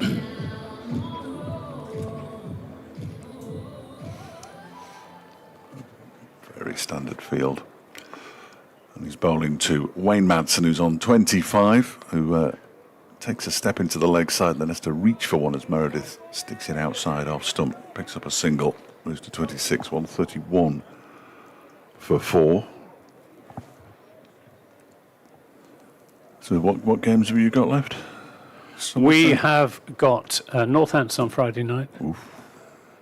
That's at home though, isn't it? Revenge. At home. What, for Northants? We absolutely hammered them at Wantage Road. And then Worcester at home on Sunday. Couple of easy games to finish with there. The fixture list stacked. Here's Meredith in bowls to Ross Whiteley, who tries to flick it into the leg side. Barely makes any connection with it. Meredith fields off his own bowling. Derbyshire go to Durham on Friday night. I'll be joining Martin Emerson up there for commentary. And we're back here on Sunday for another East Midlands derby against Leicestershire, who are about to be thrashed by Durham. Scores level there in the 15th over at Grace Road. Leicestershire taking on Durham. As Meredith runs away from us and bowls to Whiteley, who pulls it into the leg side. Doesn't really time the ball. Goes out there to Josh Thomas, and they take a single. Whiteley moves to 232. Interesting bringing Meredith back on in the middle of the innings, as it were, rather than saving him from the death. Perhaps he'll just bowl the one over. Try and break this partnership. I think that's probably the thinking. The good thing for Somerset is having used 7 bowlers, they can sort of mix and match, and Overton's bowled out, but nobody else has to, really, as Meredith is in to Madsen, who gets a slower ball, pulls it into the leg side for a single, looks to the sky, moves to 27, 133 for 4, 82 required off 38 deliveries. Question for both of you. No. Other than your respected home ground, where's your favourite? Ground? Derbyshire and obviously Somerset. Where else is your favourite commentary box and ground that you'd like to commentate? That you'd like to commentate in? Riley. Trent Bridge. Here is, can't say that. Here is Meredith. That's pushed into the offside. There's a slip by James Rue, who then gets up, fields the ball and falls like he's been got by a sniper. Yeah, Trent Bridge. It's a wonderful commentary position and a very nice ground and very friendly people. Dave? This is BBC Radio Derby. I like Trent Bridge as a ground, I have to admit. 133 for 4. I like going to Old Trafford. This one is pushed into the ground by Ross Whiteley, bounces up in the air. Rue comes in to do the fielding, nearly got through the Whiteley defences there, did Riley Meredith, but not quite. 134, 4 runs from the over, 134 for 4. Derbyshire's hopes are slipping away here. They need 81 off 36. They don't need to panic at all. They still don't need to panic. Don't panic. Take it to the last 2-3 overs, just like they did against Lancashire. And then lose by 4. Well, at least I tried. Oh, don't. Good over from Meredith, just the 4 runs. Didn't take the wicket, though. So Sams is going to bowl his 3rd over. I suspect this will be a one-off as well. I think they'll want to keep Sams for the death. Jake Ball's still got 2 overs up his sleeve. Sams is going to be bowling to the left-handed Ross Whiteley.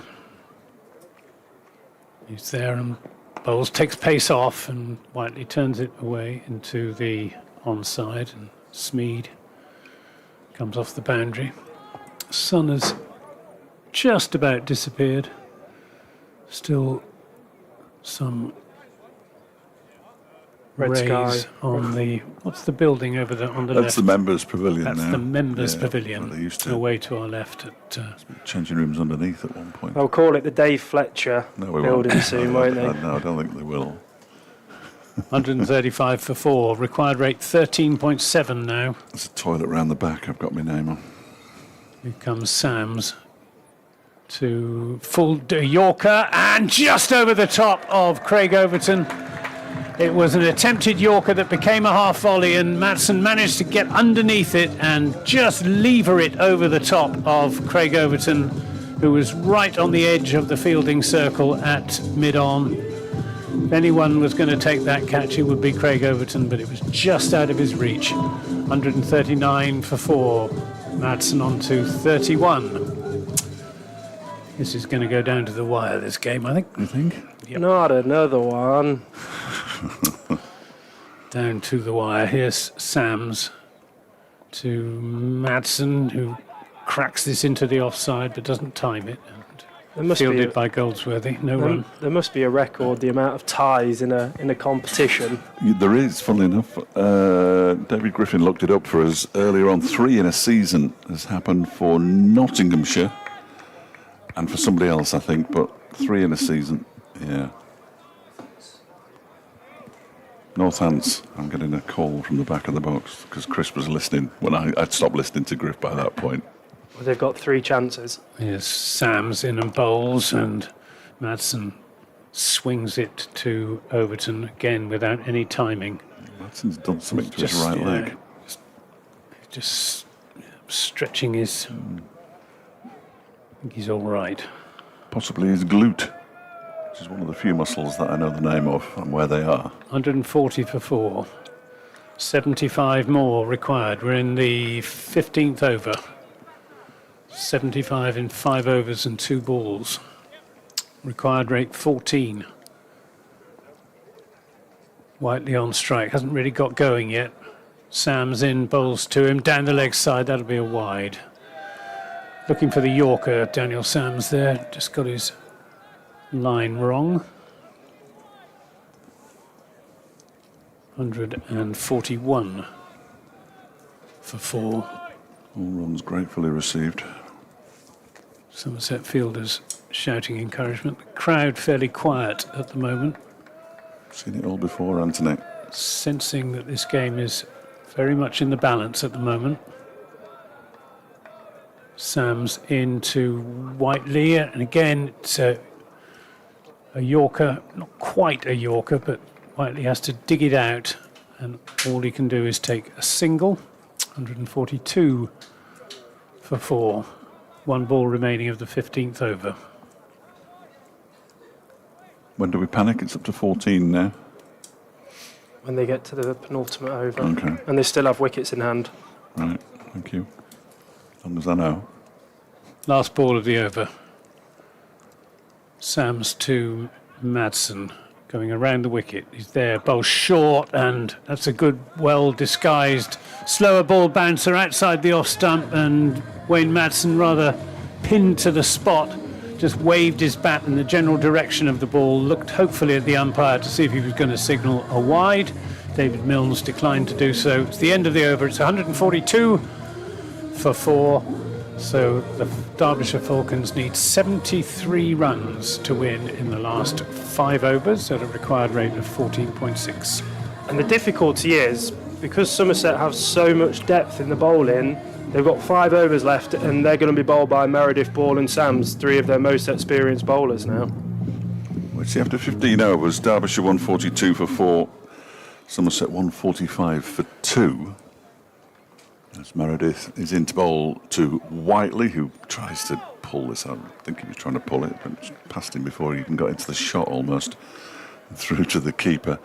But this was the over that went for 28 in the Somerset batting innings, the Derbyshire bowling innings, the Nick Potts over that went for 28. Well, they could do that because they had wickets in hand. That's the biggest difference. Just imagine if Donald was still in. Do you reckon they would have won it by now? I'm not sure Donald has ever batted in the 15th over of a T20 or the 16th over of a T20 contest. I must ask him sometime. Meredith into Whiteley, who heaves it into the leg side. There is a fielder out there on the square leg boundary, so they'll only get a single. 143 for 4. Durham have beaten Leicestershire by 8 wickets with 5 overs to spare at Grace Road. Glamorgan need 83 runs from 3 overs and 4 balls with 2 wickets in hand to surprise the Steelbacks. It certainly would be a surprise. A surprise from there. But Glamorgan have done it once before at Southport. I don't think they were necessarily 8 down. Meredith in, down the track comes Madsen and swats it into the leg side. It doesn't even reach the edge of the 30-yard circle and they come back for 2. That's a remarkable piece of cricket. He moves to 34, 145 for 4. Finding it difficult to get Meredith away, aren't they? With the extra pace. It's meat and drink to an Aaron Donald, but It's a lot easier when you're not bowling in the power play. And the thing is as well, the quicker you bowl, if you bowl that slower ball, it makes such a big difference. That's an all concentration waiting as Meredith past the umpire and bowls to him, smacks it straight back down the ground. Didn't miss Meredith by very much as he followed through. And Madsen picks up another boundary. Hit that hard. That's his fifth, he certainly did. He wouldn't have wanted to have got in the way of it, really. There's a replay of it now. How far did it miss Meredith by? Well, we possibly won't see from that, but not by much with the naked eye. And it was away to the boundary in a flash. 149 for 4 now. Madsen up to 38. 66 to win off 26 balls. Meredith into Madsen, who tries to cut this one away and misses it. Goes through to Root behind the stumps. Sharp delivery. They've stopped bowling short in the last couple of seasons to Wayne Madsen because he was forever just tapping the ball over the wicketkeeper's head. That was his sort of go-to shot, so he's had to find something else. He's got to be careful because he's got third man lurking down there on the boundary. Sort of blend in with the crowd in these Somerset kits, don't they? As Meredith is in, bowls to Madsen, pulls it into the leg side. It's going to be 4. It is 4 out towards Cow Corner. Wayne Madsen moves to 42. The 150's up for Derbyshire. 153 for 4.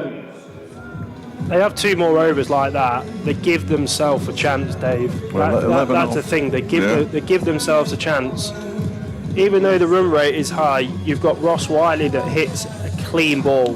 He can easily get to a 20 run over, 25 runs in an over, easily. Derbyshire worm has just gone below the Somerset worm at this stage, despite that last over. 26 run over, wasn't it, from Potts? They've just swapped over now. Jake Ball, who's got 2 overs, so he's going to bowl the 17th and the 19th, one assumes, and Daniel Sams and Riley Meredith will bowl the other 2. His ball is in and bowls to Whiteley, who pulls this into the onside, doesn't time it just as well, because it would have carried to James Rue. As it was, he fielded it on the bounce and sent in the return. It's just a single, 154 for 4.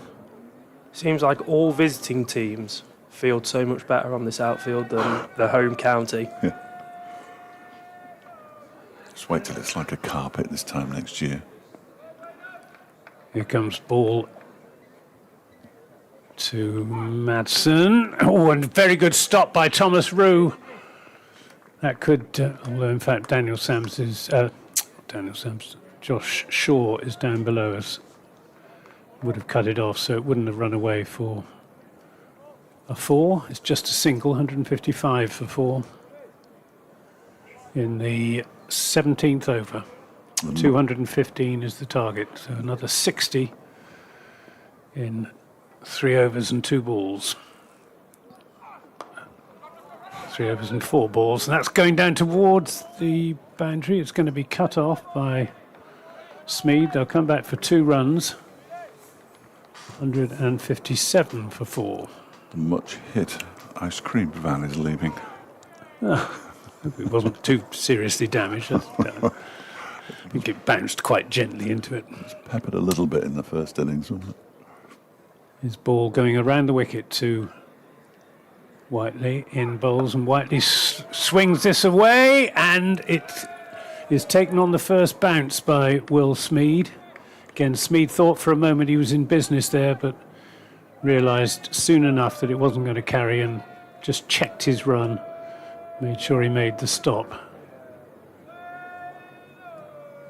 158 for 4.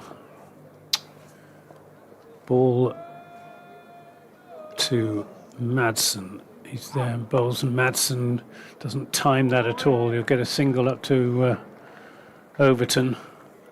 And this is the luxury that Somerset have over Derbyshire. They've got 3 world-class bowlers now that they've got at their disposal to really finish off the innings here for Derbyshire, for Somerset.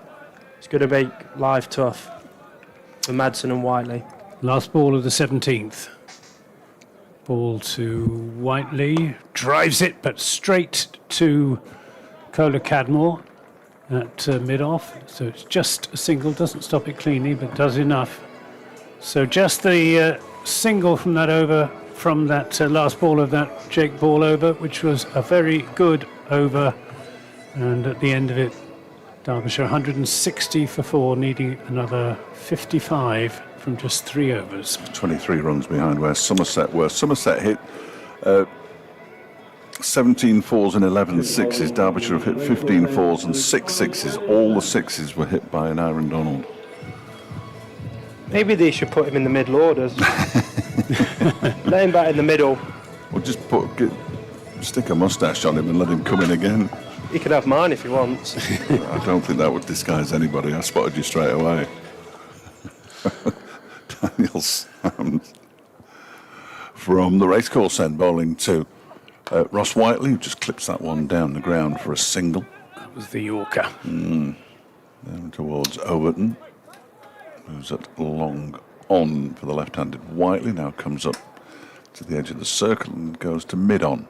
Swaps with Tom Cola Cadmore. They clearly don't think Wayne Madsen's going to drive it straight for some reason. 161 for 4, 54 off 17. More than 3 a ball. Sams is in, bowls to Madsen. Yorker bowls him. Daniel Sams dismisses Wayne Madsen for 43. 161 for 5 now, Derbyshire. And it hastens yet another defeat at home and keeps Somerset's hopes very much alive in the competition. Terrific Yorker, wasn't it? Terrific Yorker. Just dipping into his international and experience within the different white ball competitions, and this is what Somerset want from their overseas players, people that can close the game out. Yusuf, you haven't played much T20 cricket. Just go out there and win the game for us, will you, son? So 18 years of age, academy product. Went to, as did Harry Moore, went to Repton School in the 6th form. He may well have gone before the 6th form, but I don't know that for sure. Highly thought of by Mickey Arthur. Finally given his chance in the last 3 matches. Big ask, though, isn't it? For a youngster. Yeah, absolutely. And his T20 debut at Chesterfield, where he scored 20 off 10. Daniel Sams comes in to bowl to him, and he pulls the first one into the leg side for 4. 1 bounce and over the rope it goes. So a confident start from young Yusuf bin Naeem. Where's he been? Well, he's sitting on the bench waiting for everybody else coming out before him. Derbyshire move on to 100 and something, 165 for 5. Should give him confidence. He's just hit Daniel Sams for 4, first ball. Sams comes in around the wicket, and this one is played out beautifully to backward point, and he's caught. I thought he'd got it past him, but the fielder goes down, takes the catch. Daniel Sams has 2 in the over. Thomas. Bin Naeem goes. Thomas takes the catch. And Good catch, Derbyshire, wasn't it? Yeah, 165 for 6 now. And I think we all know who's going to win this one. Glamorgan have been beaten by 53 runs by Northamptonshire Steelbacks. So this is a big win for Somerset. And even the man on the loudspeaker, Gibbo, he's gone a bit quiet now. Because we all know what the result of this one is. As Nick Potts comes out to bat. The saviour for Derbyshire. Yeah, that was a great low catch, a backward point. Especially got it past him. Well, a metre either side, and it's 4 runs, and he's 8 from 2, and we're all thinking, can we? No, we're not really. No, come on, behave. I've never thought, can we, this season, really. Well, I think in the power play when Nye Donald was going strong. More, why can't we? So, this has gone straight up in the air off Nick Potts. He was out for a first bowler on Monday, and it's dropped just short of Cola Cadmore, who then has a shot at the stumps, which would have run out Ross Whiteley by about 5 yards had it hit. It doesn't, and Potts is off the mark with a couple. The ball probably went halfway to the 30-yard circle straight, but it went straight up in the air. 167 for 648 off 13. I think Kohler Cadmore and Overton rather left that to each other. They can smile about it, which they both are because Yeah. of the position they're in as they both hobble back to their positions. And Sams comes in to complete his 4-over stint, bowling to Potts, who drives a full toss down the ground. 2 Overton, 168 for 4.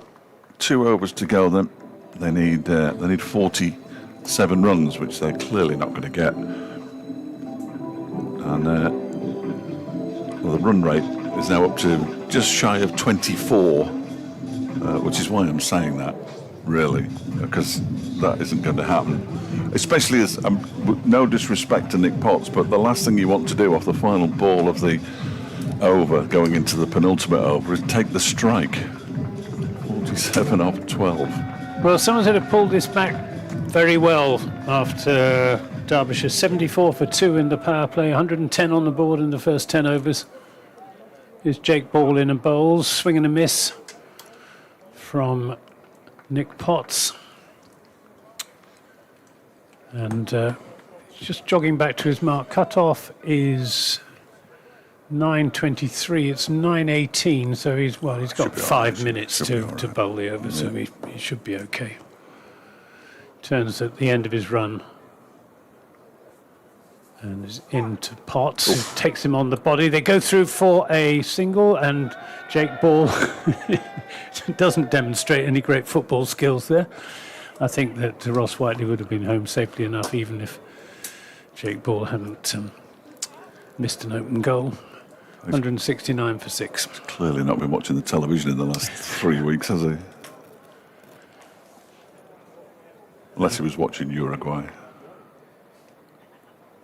Didn't watch Uruguay.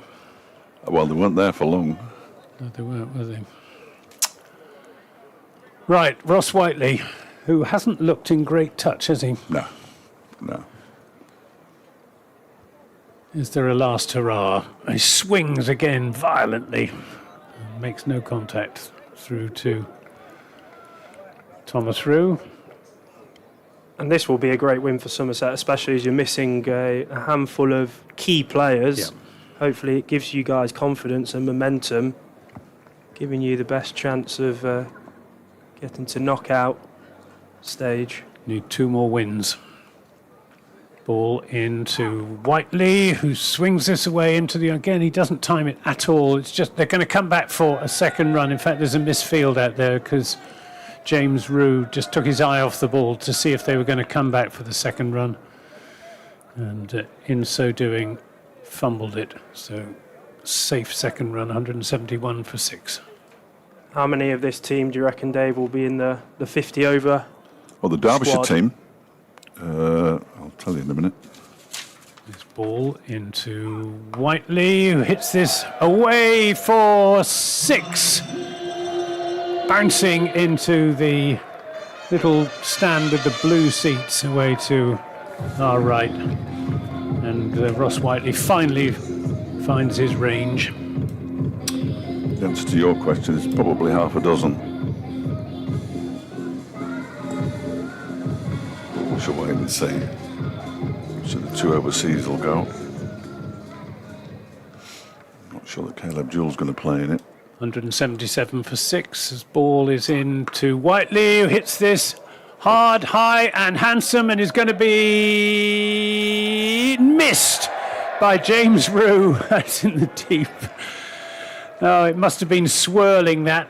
He looked to have it covered, James Rue, but at the last minute, it obviously he realised he had misjudged it and just tried to recover. They're not the best lights either. They're not the best lights. If anybody wants to know how long that was in the air, it seemed to be in the air for about 5 minutes. Just scroll back on BBC Sounds on the Radio Derby button, and just time from the moment Anthony described it going up in the air to the moment he described it coming out of Rue's hands. It must have been up there for 5 seconds. It's always difficult as well, especially with these lights.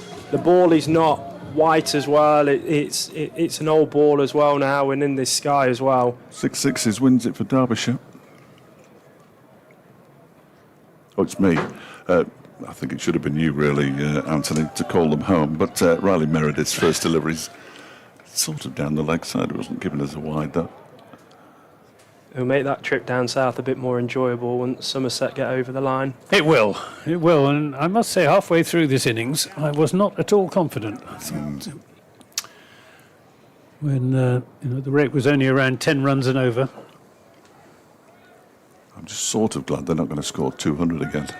But you were right about, both of you were right about Nyron Donald. That was the crucial wicket, wasn't it? Absolutely. Absolutely. Meredith bowls. It's whipped into the leg side by Potts for a single. The game is done and dusted. They need 35 off 4 balls. That isn't going to happen. 180 for 6. You watch now. Ross Whiteley will hit 4 sixes, get them over 200 for the 5th time this season. And they'll have won 1 of the 5 games that they get 200 runs or more in. 180 used to be a good score in T20 cricket, but it isn't anymore.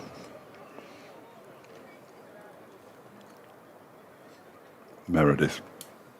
4 balls to go. Runs away from us to bowl to Whiteley, who pulls it down the ground. If you like, it was a fairly straight ball in the end. It wasn't where he was intending it to go, and he picks up a couple. He moves to 24, 182 for 6. 11 a ball. So 66 and over is the required rate. It's on the board for some reason. You could turn that particular part of the scoreboard off now. When it gets to 90 after this ball, I might just take a photograph of it. Here comes Meredith. Bowls to Whiteley, full delivery. Oh, he smashed it hard. It went over, just over Tom Kohler-Cadmore, who's on the edge of the 30-yard circle, and away for 4. I don't think he fancied that with a broken finger, being completely honest. He didn't That's fair enough to be make much of a pass at it. No. We can't blame him, because the last thing Somerset wanted is for him to aggravate damage your hand finger when the opposition need 29 off 2 balls. Another frustrating result here for Derbyshire. And this finally extinguishes their hopes, if they were still flickering. Meredith into bowl to Whiteley, who pulls this violently into the leg side. They go through for a single. Whiteley will finish on 29, and Nick Potts will face the final ball. Who's your standout bowler for Somerset, Dave? And you can't say all of them. Can I not? No. I like Daniel Sams. Yes, he did bowl well. I thought he bowled really. Overton bowled well, though, didn't he? I'm going to go through them all now. Overton bowled better than 1 for 40. Sams, I think, is the standout. 3 for 29. 3 for 29. And he had an expensive first over as well. Yes, he did. Final ball of the match then. Somerset have already won. Nick Potts drives it straight to Tom Kohler-Cadmore, who parries it and catches it at the second attempt. Derbyshire finish on 187 for 7, and they've lost this one by 27 runs. 27 runs. Or, to put it another way, Somerset have won by 27 runs and keep alive their hopes of qualifying for the knockout stages of the Blast. Yeah, very, very good performance. I think the key partnership, that 94 that Will Smead and Tom Kohler-Cadmore put on in, 7.5 overs, I think. It was the absolute heart of that Somerset innings of 214. And as so often, they made a slow start with the ball, and Nyron Donald really got ahead of the game. But after Derbyshire 74 for 2 in the power play, 110 at the halfway point, from then on, the experienced Somerset bowlers, Craig Overton, Riley Meredith, Jake Ball, Daniel Sams, some help for the spinners as well, pulled it back really well, and just tightened their grip on the innings as it went on. So almost a false hope for Derbyshire in that there were those 2 really expensive overs in the second half as well that Derbyshire weren't able to get. Looking at the Manhattan there, that over number 16 sticks out like a sore thumb, doesn't it? Sticks out like one of Tom Kohler-Cadmore's thumbs. Bowled by Nick Potts, who walks off the pitch now with Ross Whiteley. And Derbyshire, well, their season in the T20 Blast, as far as qualification is over, but of course, I get to see Martin Emerson on Friday, so it's not all bad. It's not all bad. Anthony Gibson from BBC Somerset, thank you very much for your company Thank you, this Dave. evening. It's been a great pleasure. Thank you. Thoroughly enjoyed, and it hasn't Thanks, Greg. it hasn't been half as bad as when Derbyshire were at Taunton a few years ago, which is good because in fact it's been probably 2/3 as bad, or is it 1/3? I'm not sure. Either way, the players just shaking hands. I'll nip down in a moment. We'll get Chris Coles back in, and I'll go down and get some reaction, but. It wasn't another one of those close ones, Greg. The annoying, nagging close ones. In the end, it was. I mean, Somerset have been the better side pretty much throughout. And apart from when, as Anthony said, when Aaron Donald was batting, there was hope. He always bats the same way, and when he gets out, there isn't another big hitter because he scored all 6 of Derbyshire's sixes in that innings, and in the end, they finished up with 17. No, he didn't. Ross Whiteley got one near the end, didn't he? 17 fours and 7 sixes. They got 5 more sixes, did Somerset, but they hit 17 fours. I don't know what that